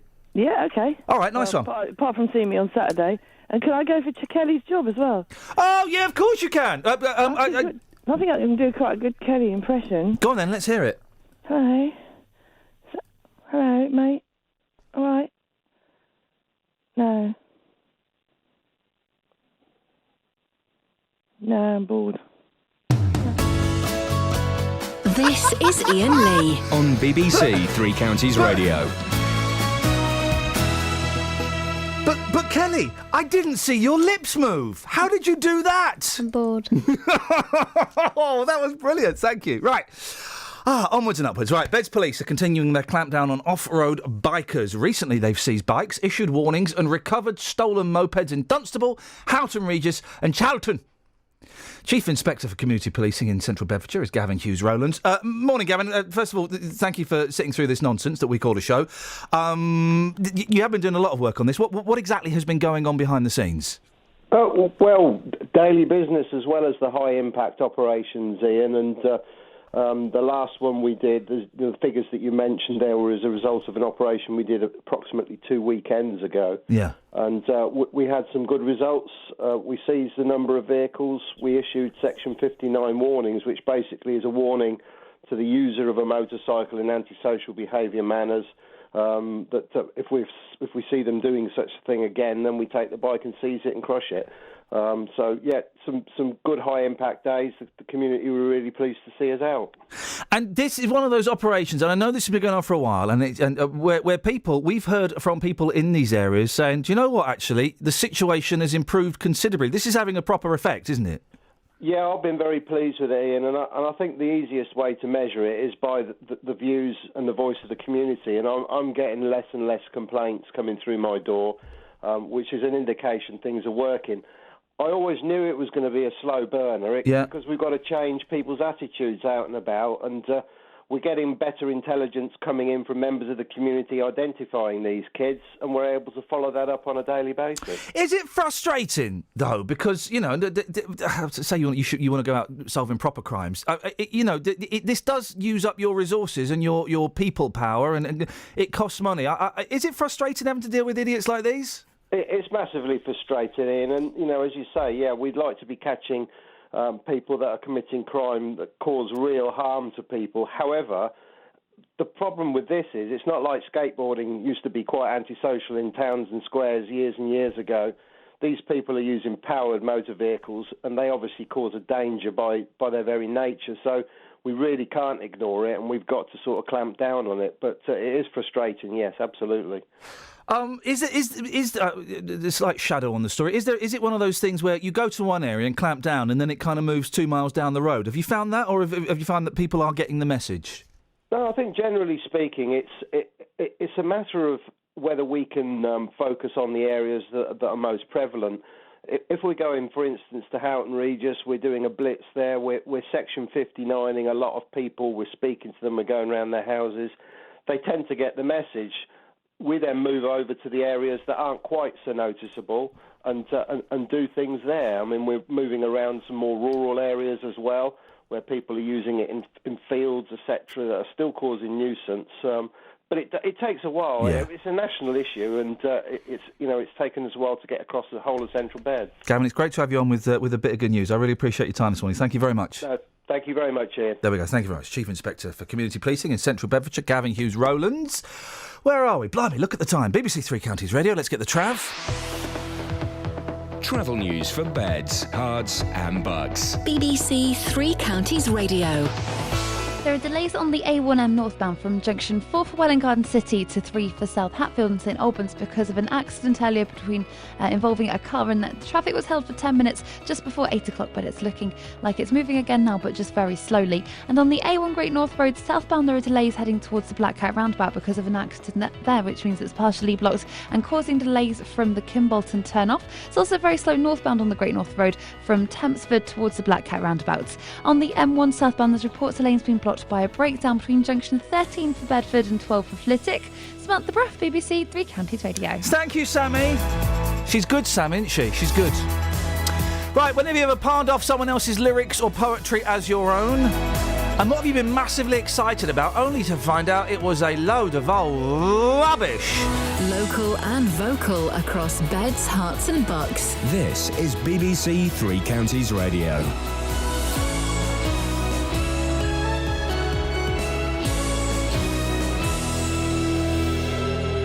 It's 8 o'clock. I'm Simon Oxley. The headlines: former Herts police officer guilty of historic sex abuse, family criticised lack of school places in Bedfordshire, and Tesco sells St Albans supermarket site. BBC Three Counties Radio.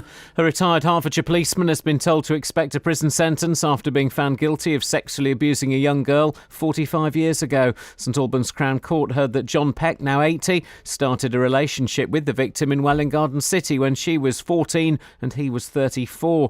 The victim, now 60, only came forward in 2013 after seeing news reports about the Jimmy Savile scandal. John Silverman is Professor of Criminal Justice at the University of Bedfordshire. They're sending out a message, and I think that's quite right, that however long ago an offence was committed, you're never going to be entirely safe or sure that you're not going to be investigated. This, again, I think is a result of the way victims are coming now to the forefront of the criminal justice system, but still the police are going to have to make decisions about their own resources. A family who moved to Stotfold in Bedfordshire say they're being left with no option but to homeschool their 5-year-old because she's too young to go in a taxi on her own to the nearest school, which has spaces. Central Bedfordshire Council say 225 new lower school places have been created in Stotfold in the last year, and it's secured land to build a new school ahead of more homes being built. But Dad Owen Andrew says the town can't cope. We are now aware of a new development that's been proposed that is in fact going up right behind our house, and that's awaiting planning permission. There's a big protest against this, and one of the reasons against it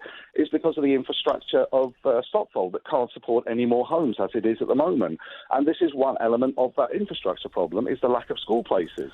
The Education Secretary, Nicky Morgan, is expected to approve the first new grammar school site for 50 years. The school will open in Sevenoaks in Kent. It will get round a law against new grammar schools by operating as an annex of an existing school. 21 Labour MPs defied the party leadership last night during a vote on George Osborne's fiscal charter in the Commons. They abstained, ignoring a 3-line whip to vote against the charter. Luton's Labour MPs, Kelvin Hopkins and Gavin Shuker, did, though, both vote against. Britain's largest retailer, Hertfordshire-based Tesco, has announced it's abandoning 14 proposed sites for supermarkets and selling the land for housing for £250 million. The sites are across London and the South East and include a site on London Road in St Albans. More from the BBC's Adam Parsons. Looks like about 10,000 homes, as well as various other things, are going to end up being built on these sites, subject, of course, to planning permission. And being sold to a real estate investment management company called Meyer Bergman. In sport, England have moved on to 99 without loss on day 3 of the first test against Pakistan in Abu Dhabi. That's in reply to Pakistan's 523 for 8. And Boreham Wood have named Luke Garrard as manager, making the 30-year-old the youngest boss in England's top 5 divisions. The weather, a mixture of sunshine and showers with a chilly breeze, a maximum temperature 13 degrees Celsius. And you can get the latest news and sport online at bbc.co.uk/3 counties. Oh man, it's a busy show. So, these are the things that we've got cooking on the hob at the moment. Do you want to dip your spoon in, have a little taste, see if it's too spicy for you? When have you palmed off someone's lyrics as your own? We've heard people doing it to get jobs, to impress girls, for schoolwork. 03459 455 555. I watched The Rescuers after genuinely anticipating it for 35 years. It came out in 1977, right? It was rubbish. The backgrounds didn't move. It was one of those lazy late 70s Disney cartoons where they just gave up. When have you been disappointed by something you've been really, really excited about? And, I mean, this kind of only works if you were listening earlier on, but you hear the dad whose kid has got a school place but is 8 miles away and it would be tricky to get there. It will be tricky to get there and pick her up. Any sympathy? There's a little bit of sympathy. 03459 455 555. And in a bit, I'll play you. I got a scam phone call. I think it was yesterday. Oh, it was fun. Across beds, hearts, and bucks. Recorded This is BBC Three Counties Radio. I recorded it, and I'll play. Hopefully Kelly's cut all of the swearing out. She has, yes. It's a little bit. It was not my best moment. Afterwards, you think of all these things you could have said, but the fact you recorded it at all is good thinking. Thank you very much indeed. Now, a former Hertfordshire policeman has been found guilty at St Albans Crown Court of sexually abusing a young girl 45 years ago. The victim, who is now 60 years old, only came forward in 2013 after seeing news reports about the Jimmy Savile sex scandal. In the last hour, we heard from John Silverman, Professor of Media and Criminal Justice at the University of Bedfordshire. Well, now it's Gabrielle Shaw, Chief Executive of the National Association for People Abused in Childhood. Morning, Gabrielle. There are some people who might suggest, well, this happened 45 years ago. She was 15. Why are we pursuing an old man? Good morning. Well, the answer to that one is because it's not historic for the victim. Yes, it happened a long, long time ago, but that doesn't mean anything when you're living with it for your whole life. So, and that's the reason, and to get justice, that's the reason that we pursue it and should be pursuing it. police resources, and I'm kind of playing devil's advocate just to put my cards on the table, Yeah. but, it's not my job. But, police resources are stretched. There's no evidence that this guy did this to anyone else. It was, could be a one-off. Why is it so important for A, society, and B, the victim, that this person gets prosecuted? There's a couple of answers to that. First, for society, I think we need to recognise how much that we failed our victims and survivors in the past.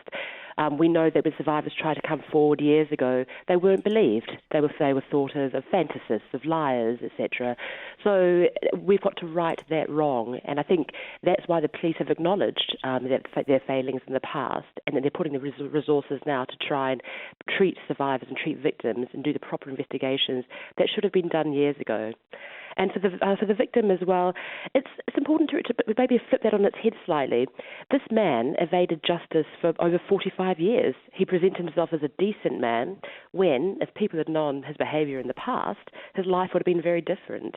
His victim has paid the price for 45 years, so why should we feel sorry and give that kind of benefit of the doubt to the abuser now?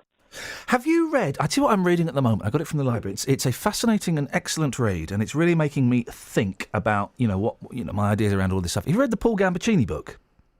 No, I've heard of it. Yeah, that's on my to reading list. Yeah, it's good. It's good actually. He's writing very honestly and openly. Basically, he kept a diary for the whole year he was under investigation under Operation U-Tree, where he was accused of abusing two young lads, I think between the ages of 14 and 17. Found not a shred of evidence about it, not one piece of truth. They were fantasists and not guilty in the slightest. And he raises the interesting point, and then we're going off on a slight tangent. I hope you don't mind, Gabrielle. We'll just kick some ideas around.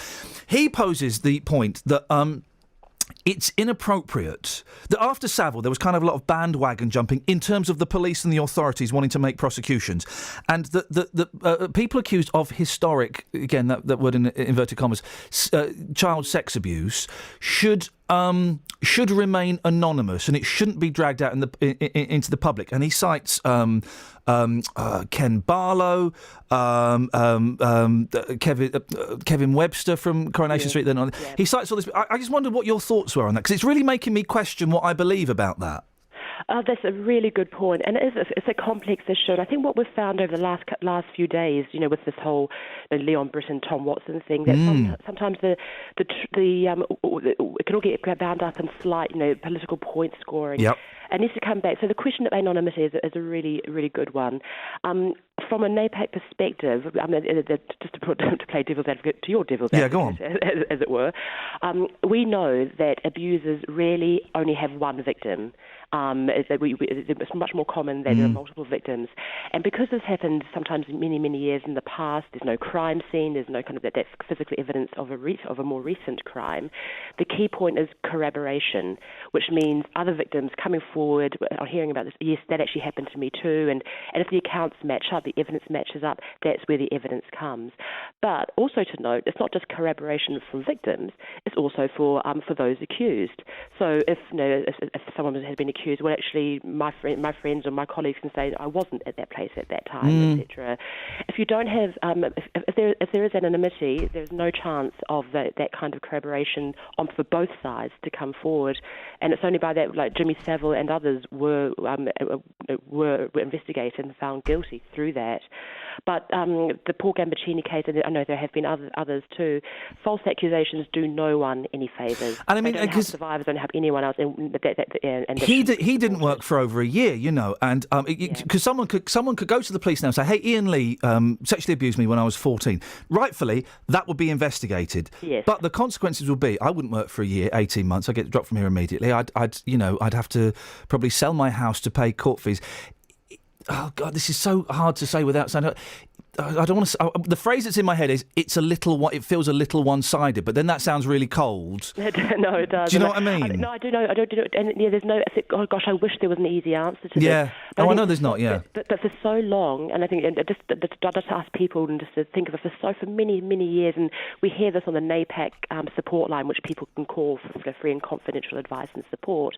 That people hold this for years and years and years, and it's they weren't believed, and their lives are put on hold, and they're struggling for all these years too. So, but then hearing myself talk, it comes down to, well, who's got the more moral right, and it's a balance that we struggle with, I think. But for a long time, the balance was very, very skewed. Yeah. It's coming back the other way now, but now as society we need to think, where do we want it placed? And boy, oh boy, isn't all of the political mudslinging around the Tom Watson, Leon Britton thing, it's just awful. These weird, irrelevant headlines about Tom Watson's family and about how he should have... He asked for an investigation. He asked for an investigation because there had been rumours heard. That's all. Absolutely, and this is what we're looking on. I'm aghast actually, because I think what's being lost here is that we need to bring it back to a much more measured approach. Let the police do their job. Let these investigations go on soberly. Don't try and run the investigation for the police in a constant media commentary or political point scoring commentary, because otherwise we risk losing the objective truth, and that should be at the heart of this. Gabrielle, really nice to talk to you, and thanks for... it's all just in my head because I'm halfway through this Gambaccini book. Read it. It's a really cracking read, and I'm just, it's making me question what I think about... I thought I knew... and thank you, Gabrielle Shaw, Chief Exec of NAPAC, National Association of People with Youth in Childhood. I thought I knew, Catherine, I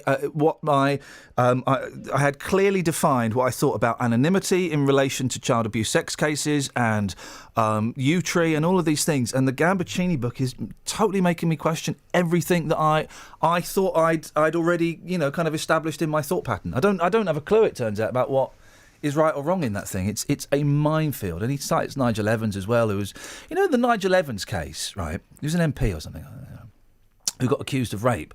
3 of his victims, in inverted commas, were in court saying, "Well, yeah, no, I don't think he did anything wrong, and I didn't want to come to court with this. I was happy to give evidence, but I don't think I've been abused in any way whatsoever." They were nudged towards court. The police said, according to Gambo's book, the police said, "Yeah, we'll decide whether a crime's been committed or not." It's incredible. It's such a good read. I'd love to get him on, but I'm sure he's busy, looking at the American charts from 1973 and listening to Tavares. It's such a good book. I would lend it to you, but that would be like subletting my council flat. So unfortunately, I'm unable to do these things. 03459 455 555 is the telephone number. Oh, Pat in Houghton. I thought Pat in Houghton Regis has said the bike things was getting better. He says it's getting worse. The off-road motorcyclists are still out and about in Houghton Regis, and I don't now bother to phone the police. Well, you should phone the police, Pat. The fellow we had on said they're getting less phone calls. They don't know if you don't phone them. Why did the police give the offenders a warning? They're also committing traffic offences. Do your job, Beds Police, for a change. I thought... Well, they can only do that if you phone them. You got to phone them, mate. You got to phone them, innit? Instead of phoning up Roberto and... I've heard that trail, Pat. Yeah, we know you've been seeing someone else. I know what you get up to in your spare time, Pat. You listen to the Roberto Perrone Show on BBC Three Counties Radio. Any other texts before... Yeah, we've got some going back to the school story that we discussed earlier on. The chap who's moved to a new place, Stopfold.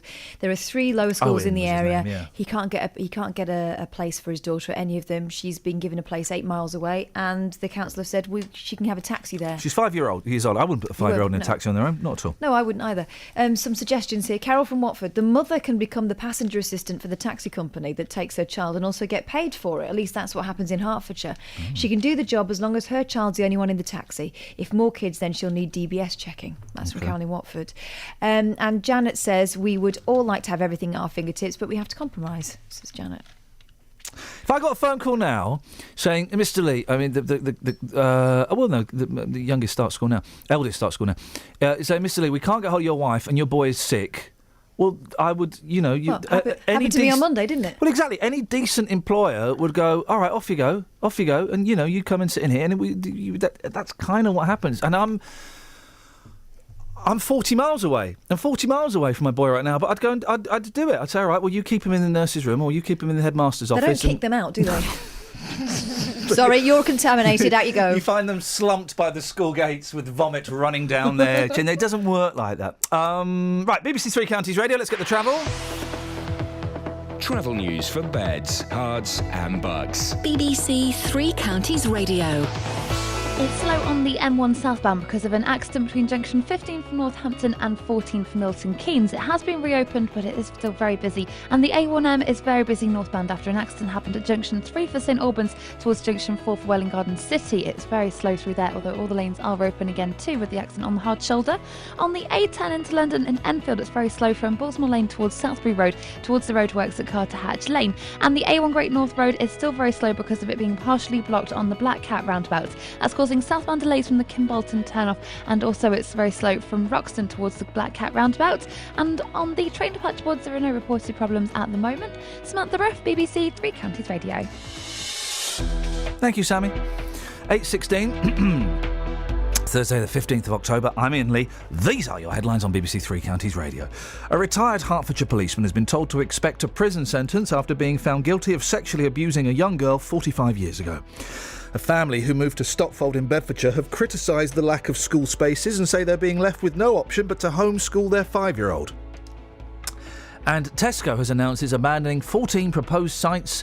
Local supermarket chain Tesco, is that right? Are they still local? Hertfordshire-based Tesco, yeah. Hertfordshire-based Tesco has announced it's abandoning 14 proposed sites for supermarkets and selling the land for housing. They include a site on London Road in St Albans. If you've missed any of the programmes here on BBC Three Counties Radio, you've missed things like this. Earlier we heard from Brian Paul. This time it's Gatesy, Gareth Gates. So Gareth is currently on tour with Mad About the Musicals. But there is a way you can hear it all again. Treasure Quest. Right, OK, so Tim and Annabelle have both managed to find their starting location. bbc.co.uk/Three Counties Radio. The way it's going to work today, we're going to chat. You call up if you want. Join you just in. kind of join in the conversation. Allowing you to listen to what you missed. BBC introducing live across the Three Counties over the next hour. We'll be playing you the best music being made here in Beds, Herts and Bucks. bbc.co.uk/Three Counties Radio. Oh, we got Mark Mason coming on now. Who he? Catherine. Yeah. I've mentioned this book, and you go, "What you got him on for?" He's brilliant, and I've not read this book because I've just finished me Ray Davis. I'm doing my Gambo. This is the next book on the thing. This is a man who's obsessed with postcodes.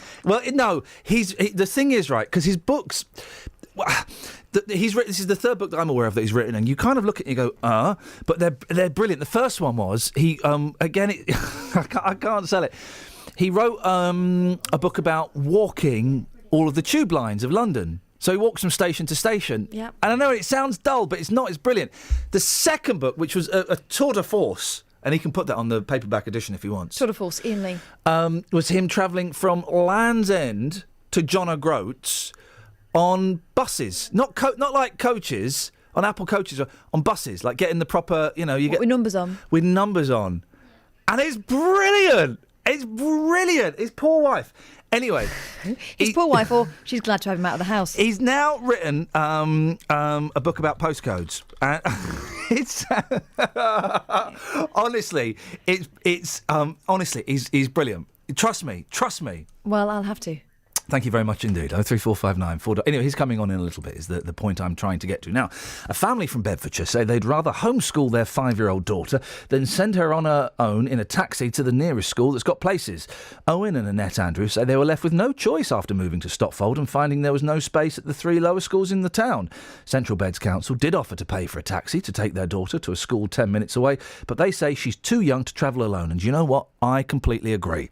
It's not the first time we've heard of a shortage of spaces in Stopfold. Last April, 20 families were denied places. Let's speak to Graham Lawler. He's a former teacher and a broadcaster on education issues. I wouldn't put a 5-year-old in a cab on their own, Graham. No, nor would I. I think it's a ridiculous idea.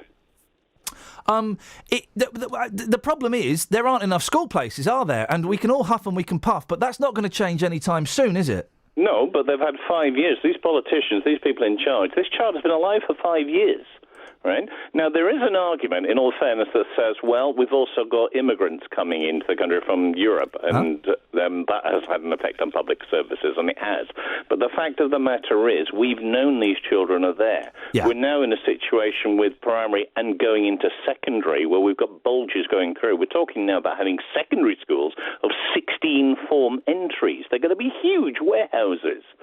We were talking a couple of years ago, there was a serious talk about taking over old MFI stores and turning them into schools. And yet this is the same government, Iain, who have built extra schools in the Midlands and up north, They've built, for instance, there's an extra school gone into Warwickshire, a free school. There's no shortage of places in Warwickshire. It's to create competition. There's a school up in Hull that had to close down because it couldn't attract enough people. And we need those schools in the south east. Yeah.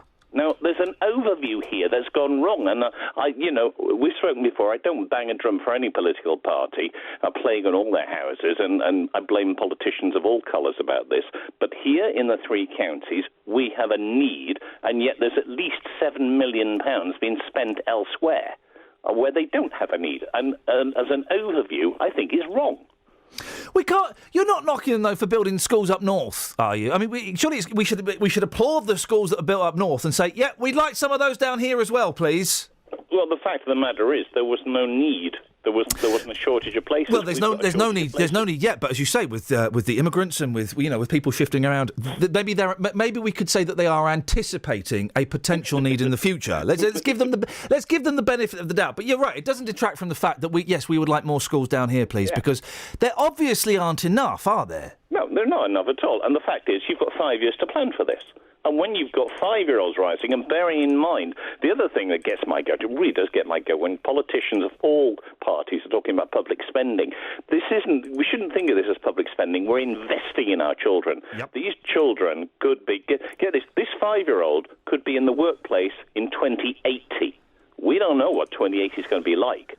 But this little one could still be, if the retirement age goes up, which is quite reasonable, as life expectancy goes up to, say, 75, this youngster could still be working in 2080. And this youngster deserves the best education that's going, and they're not getting it. Is the family in this and other cases like this, though, being a little bit obtuse? Yes, we'd like more schools. We ain't got them at the moment, and we have to deal with what we've got. And we kind of just have to work around those things, don't we? Whether it's changing our work patterns, whether it's, one of the parents dropping the kid off at school and then hanging around all day and then coming. We kind of have to work with what we're given, don't we? Well, yes, you have to do that. And, there are lots of places where people do send their children on up to an hour, 2 hours journey. Yeah. But, you asked me, would I put a 5-year-old in a cab on their own? No, I wouldn't. And, a child's mind is like a piece of plasticine, and it's smooth and it can be easily dented. And once it's dented, it's a devil's own job to get that dent out again. And that child needs security. They need to know that they're loved and that they're cared for. And putting them into a cab and sending them off somewhere else can be traumatic. If there's somebody travelling with a child, maybe that's different. But the fact comes back to this is poor planning, and that means that the people in charge need to be held accountable. This isn't good enough. And homeschooling's rubbish, isn't it? Well, not necessarily. It can be, depends. The point is that people get wrong. People say, the law says you have to go to school. It doesn't. The law says you have to have education. Yeah. And that means you can teach your children at home. You're quite legally entitled to do so. But you can also be inspected at home, and you can be found wanting. You can have inspectors come round to see what provision you are providing for your child. And not healthy for, I wouldn't have thought it's healthy for the kid, because part of school is not just about sitting there with your books and learning your maths. It's like going out in the playground and getting into scrapes and playing games and using fantasy. And, that's what school is about as well, isn't it? It's socialisation. It's actually getting used to working with other people, and growing up with people of the opposite sex is another part of it. Now, what the homeschoolers do is they come together. They have like camps away, and they argue that they deal with the socialisation issues that way. Yeah. But there's a big homeschool movement across England, and it's growing in popularity. They don't necessarily take exams; they produce coursework and things like that, and they then go off. And there's clear evidence of kids who've gone off and gone through university and got good degrees from homeschooling. So, but they're weird kids, though, aren't they? They're weird kids. Come on, Graham. No, I'm not being unfair. I'm being unfair. Graham, listen, it's great to talk to you. Thank you very much. I appreciate your honesty. Graham Lawler, former teacher, broadcaster on education issues. 03459 455 555. So I was at home. It was 2 days ago. The phone rang. I was trying to have a cheeky little dose. The home phone rang. Nobody knows my home phone number. Not even this guy. Do you know it? Yeah. I don't know it. I've got it under on my phone as home. I don't know what the number is. I phoned you up the other day to try and help with a security problem with your computer.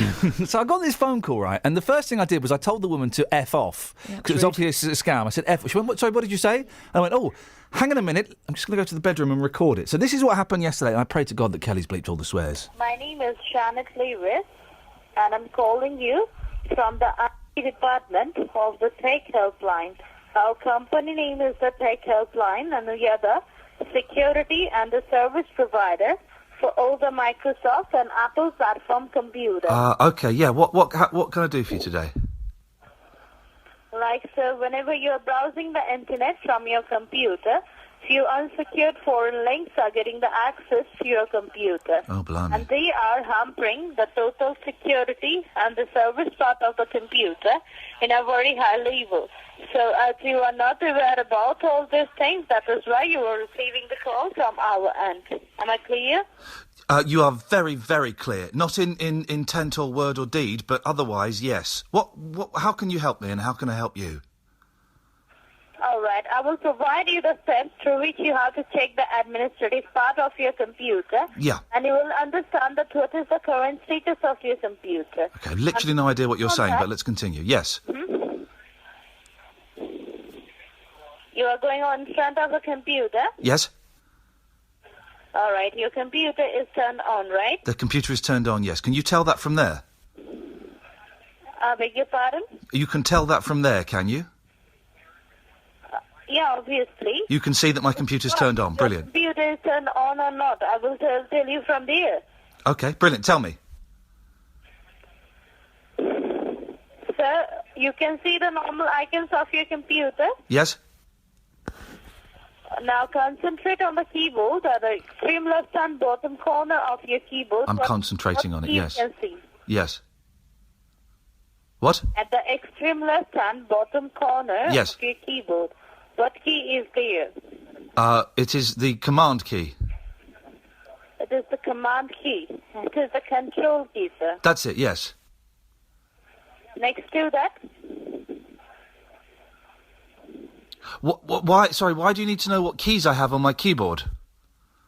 obviously, sir, keyboard is the main thing which you have to follow the steps. Yes. Keyboard has the main part from there. Yes. Yes. What's the name of your company again? Keyboard. What's the name of your company? Tech Helpline. And whereabouts are you based? West Midlands, Coventry. West Midlands, Coventry? Yes. Okay. And what's my name? Your name is Upton. Mr. C. Upton. My name is Upton. Yes. Okay, no, fair play. You've got me there. And sorry, so what are you going to do for me? Because I was on the computer earlier and it was working fine.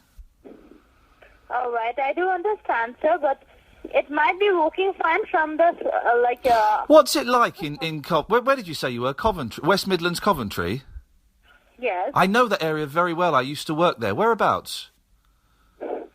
It's on the Globe Sign building. The what, sorry?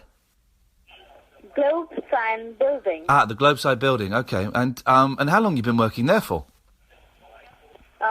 From last 15 years. Last 15 years. And so do you live locally then? All right, so just hold on for a second. I'm giving this call to one of my senior supervisors. Ah, almost as if you know that I know it's bull. But okay.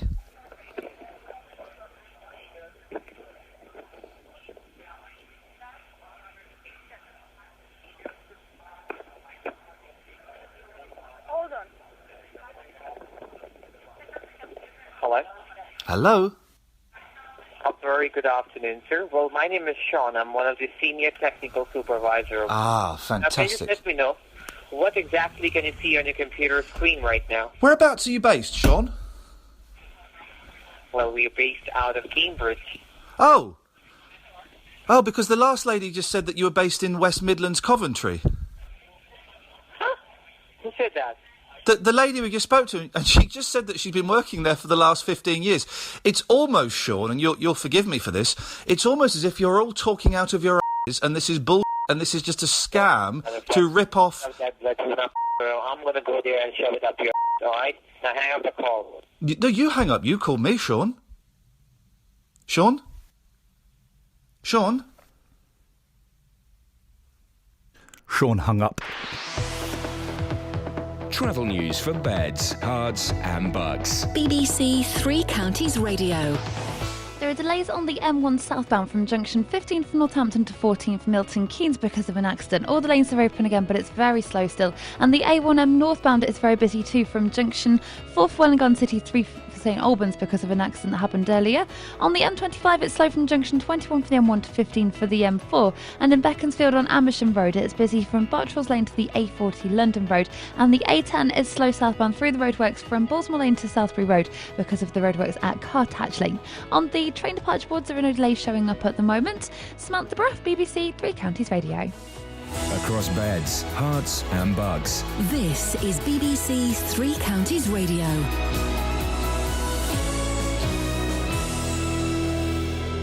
It's 8:30. I'm Simon Oxley. A retired Hertfordshire policeman has been told to expect a prison sentence after being found guilty of sexually abusing a young girl 45 years ago.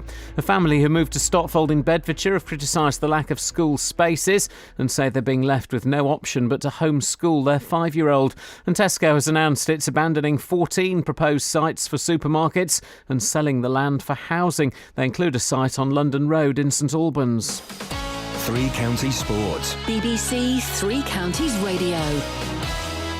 England have lost their first wicket on day 3 of the first test against Pakistan in Abu Dhabi. They resumed on 56 without loss. A short while ago, they'd moved on to 116 for 1, with Moeen Ali out for 35. Captain Alistair Cook is 74 not out. That's in reply to Pakistan's 523 for 8. In football, Boreham Wood have named Luke Garrard as manager, making him the youngest boss in England's top 5 divisions. The 30-year-old was assistant to Iain Allinson, who resigned on Monday. He took caretaker charge for Tuesday night's National League defeat to Aldershot. The cost of watching football in Britain has dropped or remained the same for the majority of fans, according to a study by the BBC. The annual price of football study found 2/3 of Premier League tickets were frozen or reduced in price. However, the price of replica shirts has increased, and there are more and more of them on the shelves, as Ben Smith explains. A lot of clubs were committed to a deal a few years ago where they didn't change their home shirt and away shirt every season. That deal's now gone. So over the last 12 months, 50 new shirts have come out in the Premier League. That's every single club changing their home and away shirt, and 10 of them changing their third shirt. The Scottish Rugby Union are yet to decide whether or not to appeal against the 3-week suspensions handed to Johnny Gray and Ross Ford, which have ruled them out of the rest of the Rugby World Cup. And Wales will name their team later today to play South Africa in Saturday's quarter-final at Twickenham. BBC Three Counties News and Sport. The next full bulletin is at 9. This is Iain Lee on BBC Three Counties Radio. Ah, your boyfriend. That's nice to know. 03459 455 555 is the telephone number. If you want to give us a call, then you're more than welcome to. Now, Catherine. Yeah. You honestly, this is going to be this was a tough sell. And when I said no, I'm going to say it. I'm going to say this out on the air, because when I said I want to get my friend Mark on, you're like, oh, really? Well, it's the way you tell him. I said, OK, so who's this guy? And, you've never let me down in the past. No, but that's why I'm waiting for the time you do. I will never let you down. Mark Mason, right? I interviewed him when I was filling in at BBC London. They gave me a chance to go there. They won't ask me back now. No, because you said a rude word. Well, no, all I did was I changed the title of Last Train to Clarksville to Last Train to Fartsville. And they said, we don't like that here. Blacklisted. Anyway, when I was there, I got to interview this bloke called Mark Mason, right? Who'd written this book that the geeky part of me went, oh, now I don't like those books, OK?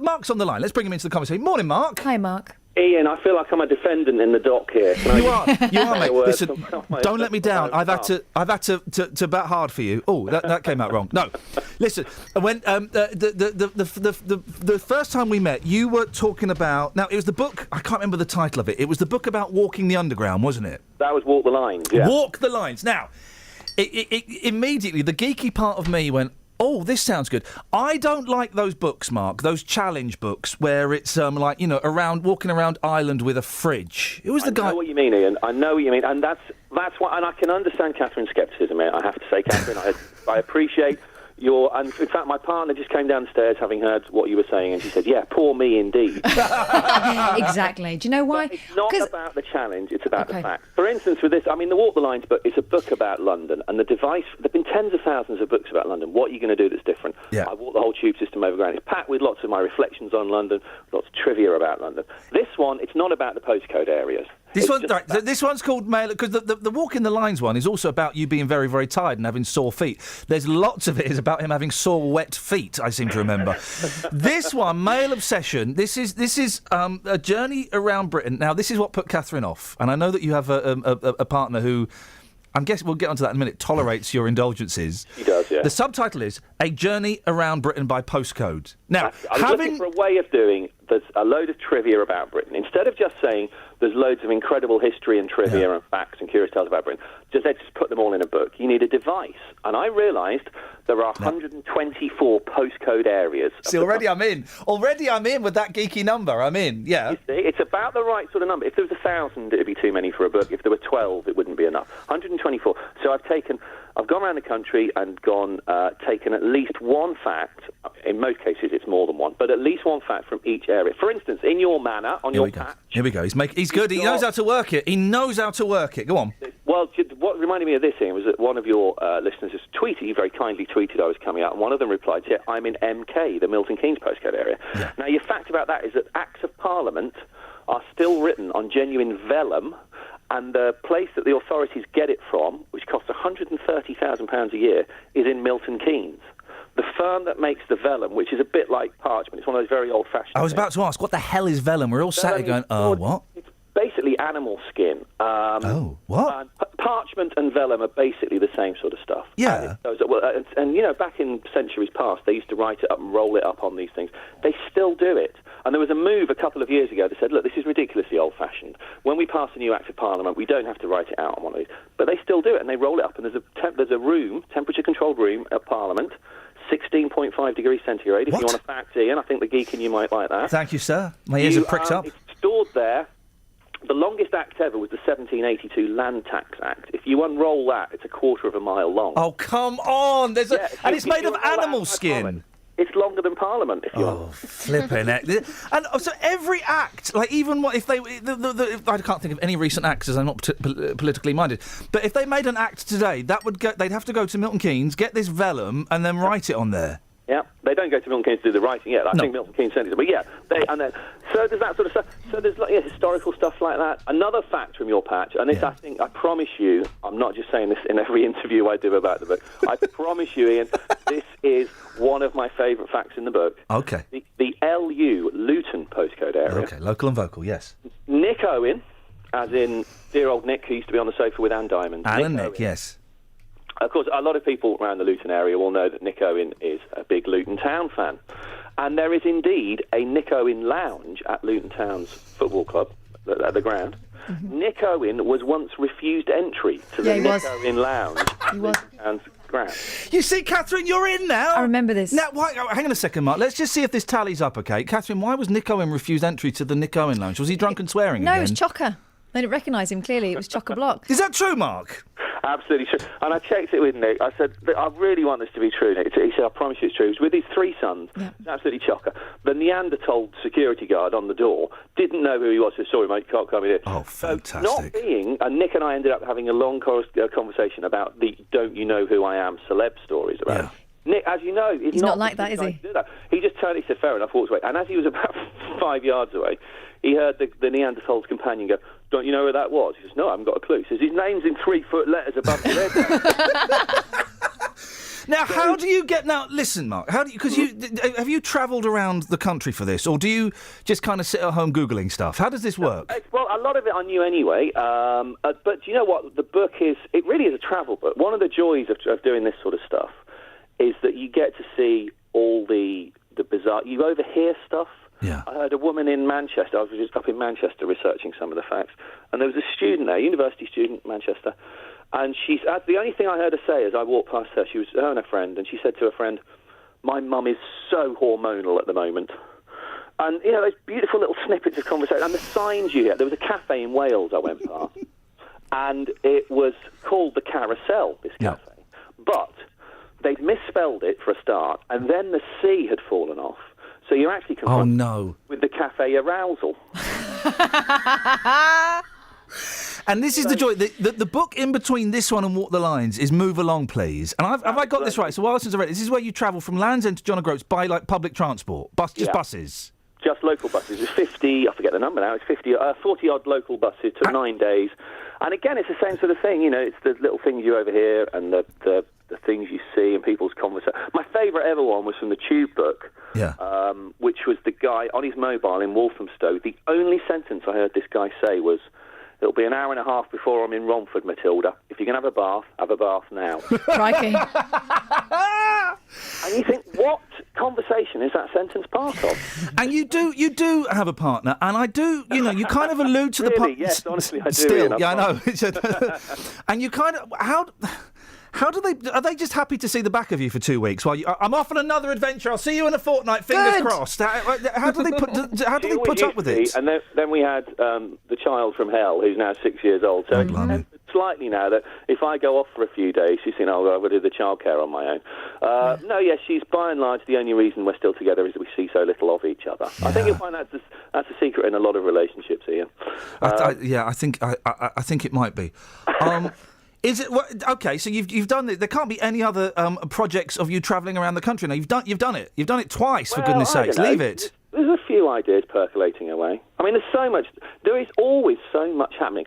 For instance, some of the ones in this book were things that happened while I was researching it. For instance, the fact that the NR, Norwich postcode area, is that the oldest human footprints ever found outside Africa. I love it.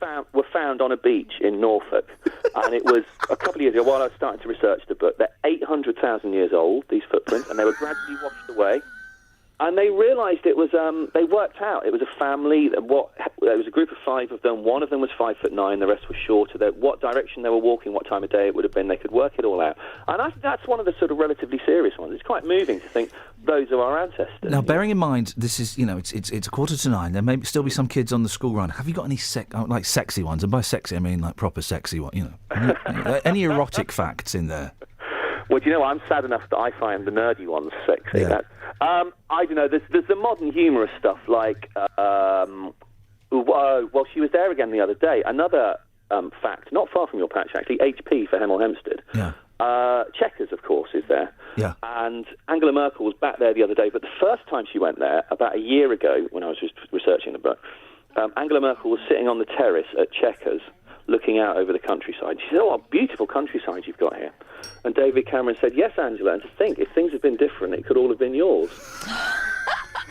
And apparently people who were there said there was a tiny little pause while she worked out whether she thought it was funny or not, and then she laughed. So, you know... I love it. You know, there's nothing too risky. I think it's the things that the kids like are the silly ones, like the Bentley badge. Next time you see a Bentley, or go online, Google image it, the thing they have on the bonnet, which is a winged emblem. Yes. You look very, very closely. The feathers on the left-hand side, there are 10 of them. On the right-hand side, there are 11. It's one of those that to look at it, you'd think it was symmetrical. But to trick... They've just put in a little... Are you Googling it? No, I'm going to. Yeah, they've just put in a little fancy extra feather. To trick would-be forgers. When they came up with the design about a century ago now, Bentley said, well, if anyone tries to copy it, we'll put in this tiny little, what you would call a mistake. Yeah. So if anyone copies it, they'll no doubt get that wrong, and we'll know it's a forgery.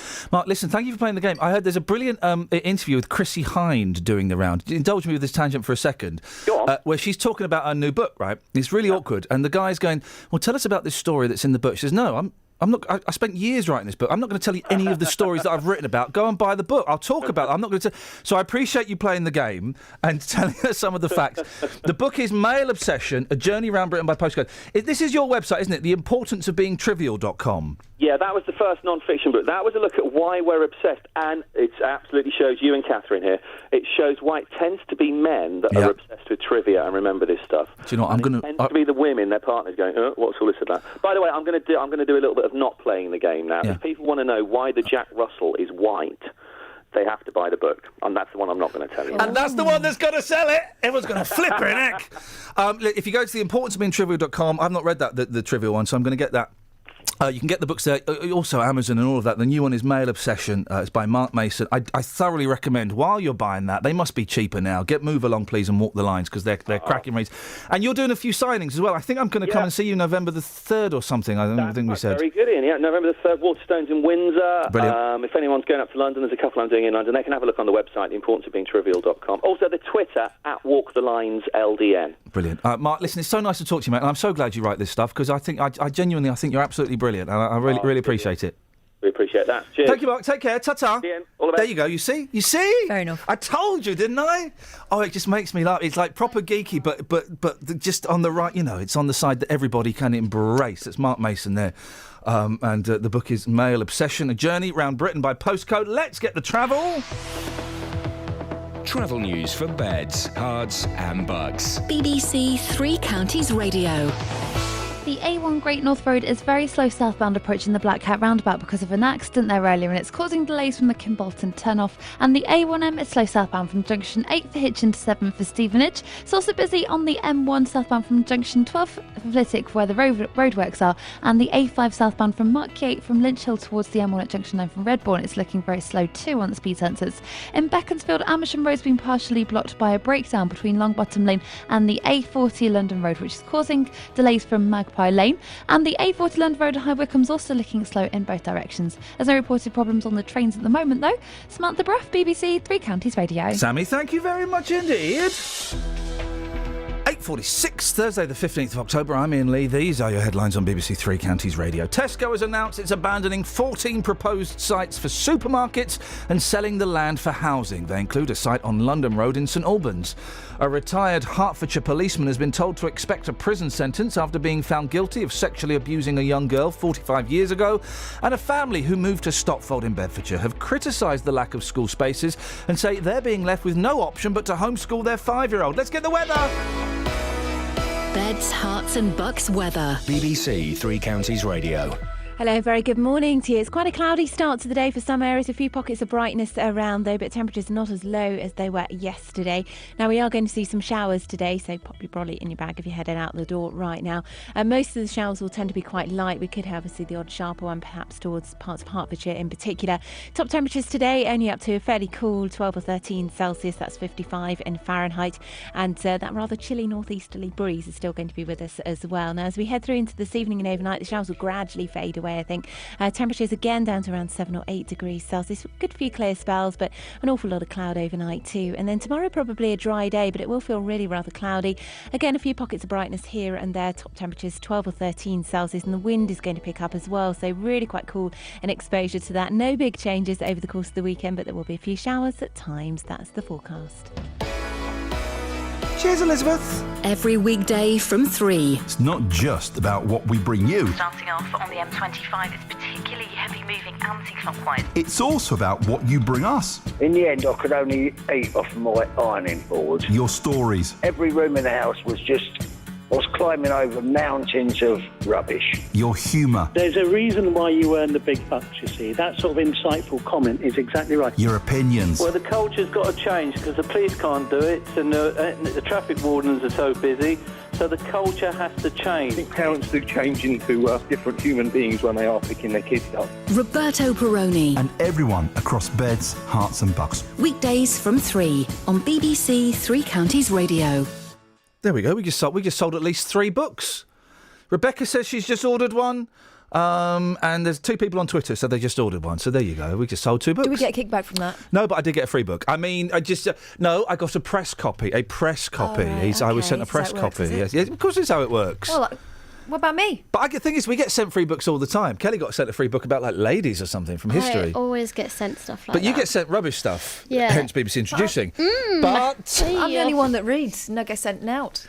I get sent a load of books. Most of them are rubbish, but when they're good, we'll get them on and we'll have a little bit of a... That's a good stretch. A very nice stretch there, are you? Oh dear, I just saw what you look like on the toilet. How charming. I've peeked. Good. It's all right, we've only got 10 minutes left. There we go.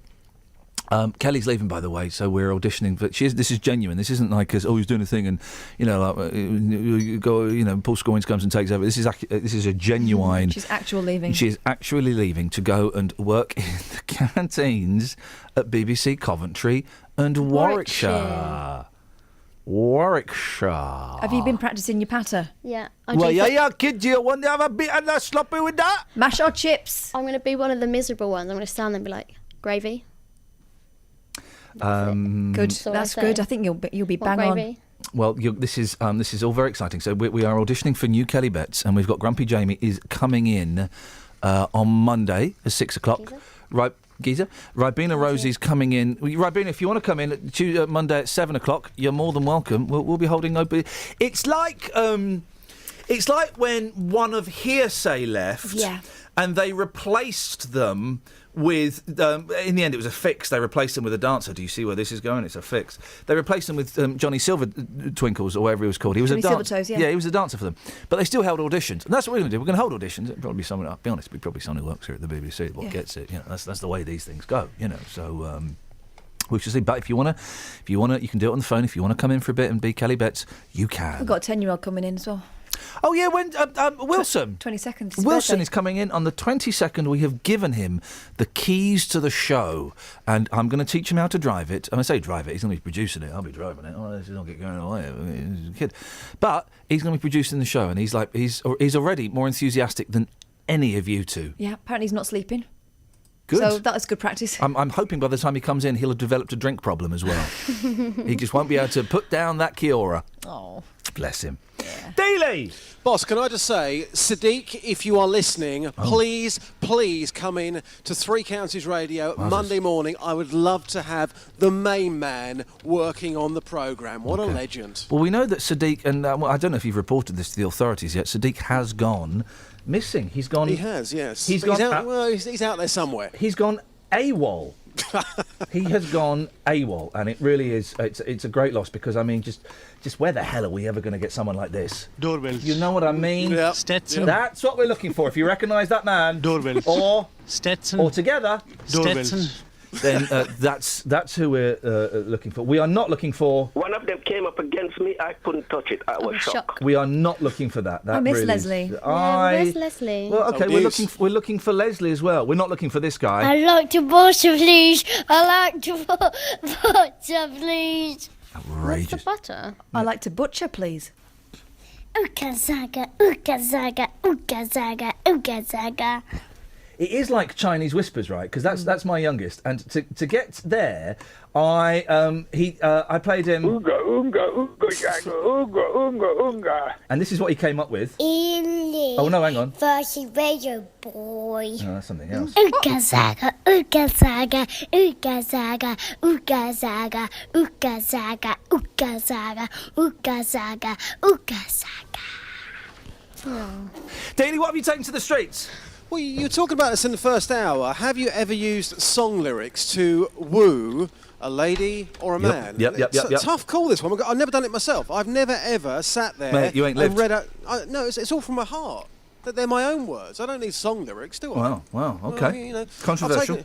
I've taken to the streets. Tough call, this one. Here's what the streets had to say. Have you ever used a song lyrics, to woo a young lady? Come and Take Me by UB40. Seriously? Yeah. And it worked? Yeah, it did work, yeah. Come and Take Me by UB40. Yeah. Yes. Absolute player, thank you. Okay, you're welcome.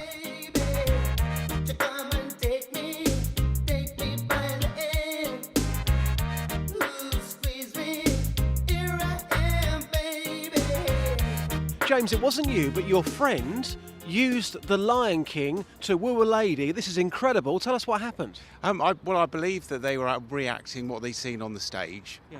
They'd been out and they were just proving their masculinity. And I think it worked. The Lion King. Thank you. Pleasure. Kaka, you've wooed a girl with a song, some song lyrics. Tell us about the song. Wham. Yeah. I'm your man. And it worked, yeah? It is, yeah. And it just worked. You got the girl, yeah? Oh, that's right, yeah. Thanks, Kaka. Cheers. That's how, man. I'm your man. Michael, your husband, read some lyrics to you to woo you. Can you give us the song title? I only called to say I love you. Oh, I just called to say I love you, Stevie Wonder. Yep. We were in the Fox at Harpenden. Oh, yeah. Having a meal. Yeah. And, well, you know, you feel a bit embarrassed at first, but it was lovely. So he just sat there in front of you and he just started reading out the words to Stevie Wonder, I just called to say I love you. He did. Yeah. Yeah. Well, was it a bit weird, though, because he wasn't actually calling you? No. Yeah, that was fine. Yeah. And it worked? It certainly did. Made you go a little bit weak at the knees, yeah? Well, more than that. You are a legend. Thank you, madam. That's quite all right. Excellent stuff, Justin. It turns out that there's a lot of romantic people out there, geezer. Lots of romance on the streets of Beds, Herts and Bucks, yes. It's a very, very sticky place to walk. Now, 03459 455 555 is the old telephone number if you want to give us a call. Pamela's on the line. Morning, Pamela. Good morning. Ever used a song for your own personal advantage? Maybe to get someone into bed, into the house, maybe to get a new job, maybe to get a good mark at school. What happened to you? Well, my little 7-year-old came home and she said, Mummy, can I take a poem to school? And I said, yes, certainly. I've got quite a few that I'd written. Oh. So off she went, forgot everything about it, and then about 4 weeks later she came home and she said, Mum, I've had one of my poems. It's been put in a book. Oh. So can we buy it? And I said, oh, yes, sir. Yeah, that's great. Oh, I'm so proud. Anyway, the book came home. What page? Page 59. So I opened Good it page, and I looked. the key page. 59. Yeah. And I thought, hang on a minute. And it got my poem, aged 7. Oh! And was it? And you'd written this poem with your own fair hand, had you? My own fair hand. And But it the had. thing It is, had. I thought it was very sophisticated. And I thought, well, that's a bit strange. Why would they put my poem in there with aged 7? Anyway, And was it your name or her name in there? It was her name. Oh, she's a little. She's done a Raj. That's outrageous. It's completely outrageous, but I've still got the book, and I'm still very proud to say that I am a published author. Well, technically you're not. She is. Well, this is it. But I said to her, you know, what you should have written your own. She said, well, I did. She said, I copied yours. They said all I had to do was write a poem. Oh. Now, listen, I don't allow poetry on the radio. I think it's stinky. But could you recite any of the lines of that poem today that your daughter wrote? No, I can't. I'm so sorry. It was about prejudice. And it was very, very sophisticated for a 7-year-old. Thank you very much indeed. In many ways, it's good. Pamela, thank you. Do you know what? I think that's a double whammy. I'm kind of suspecting that Pamela stole that from her daughter. She can't remember the lyrics. She can't. You remember the lyrics of every poem you've ever written, okay? And I think that's a reverse stealing going on there. Ryan says, song lyrics to get a girl. Freak me by another level worked to charm in my early teens. Subtle. Freak is like that's a euphemism, yeah? Okay, right, okay. Barely a euphemism. Hey, we've sold about... Hey, Mark, Mark Mason, he owes us a few quid. We've sold about half a dozen books. Loads of people on Twitter going, yeah, ordered that. I'm having that. That's coming tomorrow. Well, I'm glad to help. That's it, guys. Another day, another dollar. We're recording the podcast links after this. And then we're sticking around for a contractual obligation. We're being taught how to work the studio that doesn't work. Oh, it's going to be fun.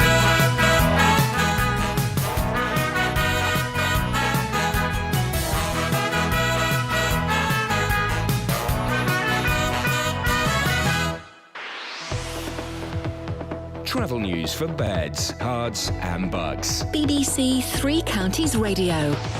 There are still delays on the A1 Great North Road approaching the Black Cat roundabout from the Kimbolton turn-off, and that's because of an accident earlier on at the roundabout. The A1 Ebb northbound's looking very busy at junction 6 for Welwyn Garden City, and that's possibly because of diversions and queues on the M1 earlier. And the A10 into London's looking slow from the Baltimore Lane towards Southbury Road because of the roadworks at Carterhatch Lane. Also, it's busy on Amersham Road in Beaconsfield because it's been partially blocked by a breakdown between Longbottom Lane and the A40 London Road. It's causing a queue back from Magpie Lane.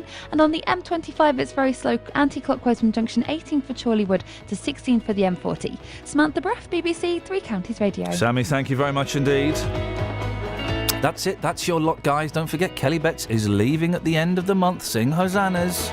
I mean, that's bad news. We are auditioning for new Kelly Betts. Kelly, just shout very loudly like a phrase or something that maybe people can be working on over the next 24 hours to... What's up, player? There we go, you see, guys. That's your in. If you can get that, then maybe you're onto something. Thank you, Kelly. Thank you, Catherine. Thank you, Just. Back tomorrow at 6. Till then, from us, ta-ta. Local and vocal across beds, hearts and bucks. This is BBC Three Counties Radio. Sup, player? Thank you, Iain. Good morning. Welcome to the JVS show. I'm Jonathan Vernon-Smith. It's Thursday, it's 9 o'clock, and on today's Big Phone In, are the police winning the war against antisocial dirt bike riders where you live? The Chief Inspector for Community Policing in central Bedfordshire has told BBC Three Counties Radio they may be winning the war against antisocial dirt bike and mini-moto riders.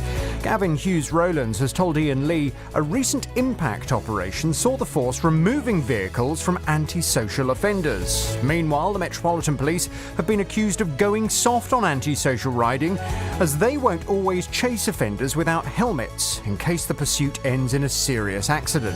Locally, the Police Federation say riders are exploiting health and safety concerns by choosing to ride without any head protection here in Beds, Herts and Bucks. Well, I want to hear your thoughts on this. Are the police winning the war against antisocial dirt bike riders where you live? Here's my telephone number for your call, for your story, for your experience. It's 03459 455 555.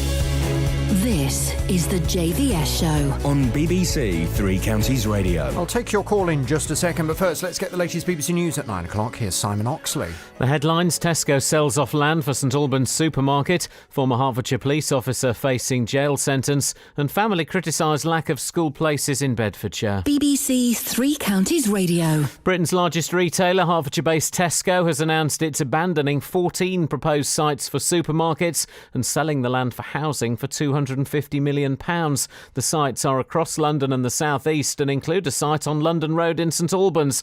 Here's the BBC's business editor, Carmel Ahmed. Tesco has sent a fresh signal that the endless space race to build more supermarkets is over. Senior sources close to the business have told me that up to 10,000 homes could be built on the 14 sites which have been sold for £250 million. The sites are across London and the southeast of England, as well as one in Bath. Lucrative areas where the building of much-needed homes could bring considerable profits. They are part of nearly 50 projects Tesco said it was abandoning earlier this year, many of which are now derelict and remain unsold. A retired Hertfordshire policeman has been told to expect a prison sentence after being found guilty of sexually abusing a young girl 45 years ago. St Albans Crown Court heard that John Peck, now 80, started a relationship with the victim in Welwyn Garden City when she was aged 14 and he was 34. The victim, now 60, only came forward in 2013 after seeing news reports about the Jimmy Savile scandal. The Education Secretary, Nicky Morgan, is expected to approve the first new grammar school site for 50 years. The school will open in Kent. It will get round a law against new grammar schools by operating as an annex of an existing school. A family who moved to Stotfold in Bedfordshire say they're being left with no option but to homeschool their 5-year-old because she's too young to go in a taxi on her own to the nearest school, which has spaces. Central Bedfordshire Council say 225 new lower school places have been created in Stotfold in the last year, and it's secured land to build a new school ahead of more homes being built. But Dad Owen Andrew says the town can't cope. We are now aware of a new development that's been proposed that is in fact going up right behind our house, and that's awaiting planning permission. There's a big protest against this, and one of the reasons against it is because of the infrastructure of Stotfold that can't support any more homes as it is at the moment. And this is one element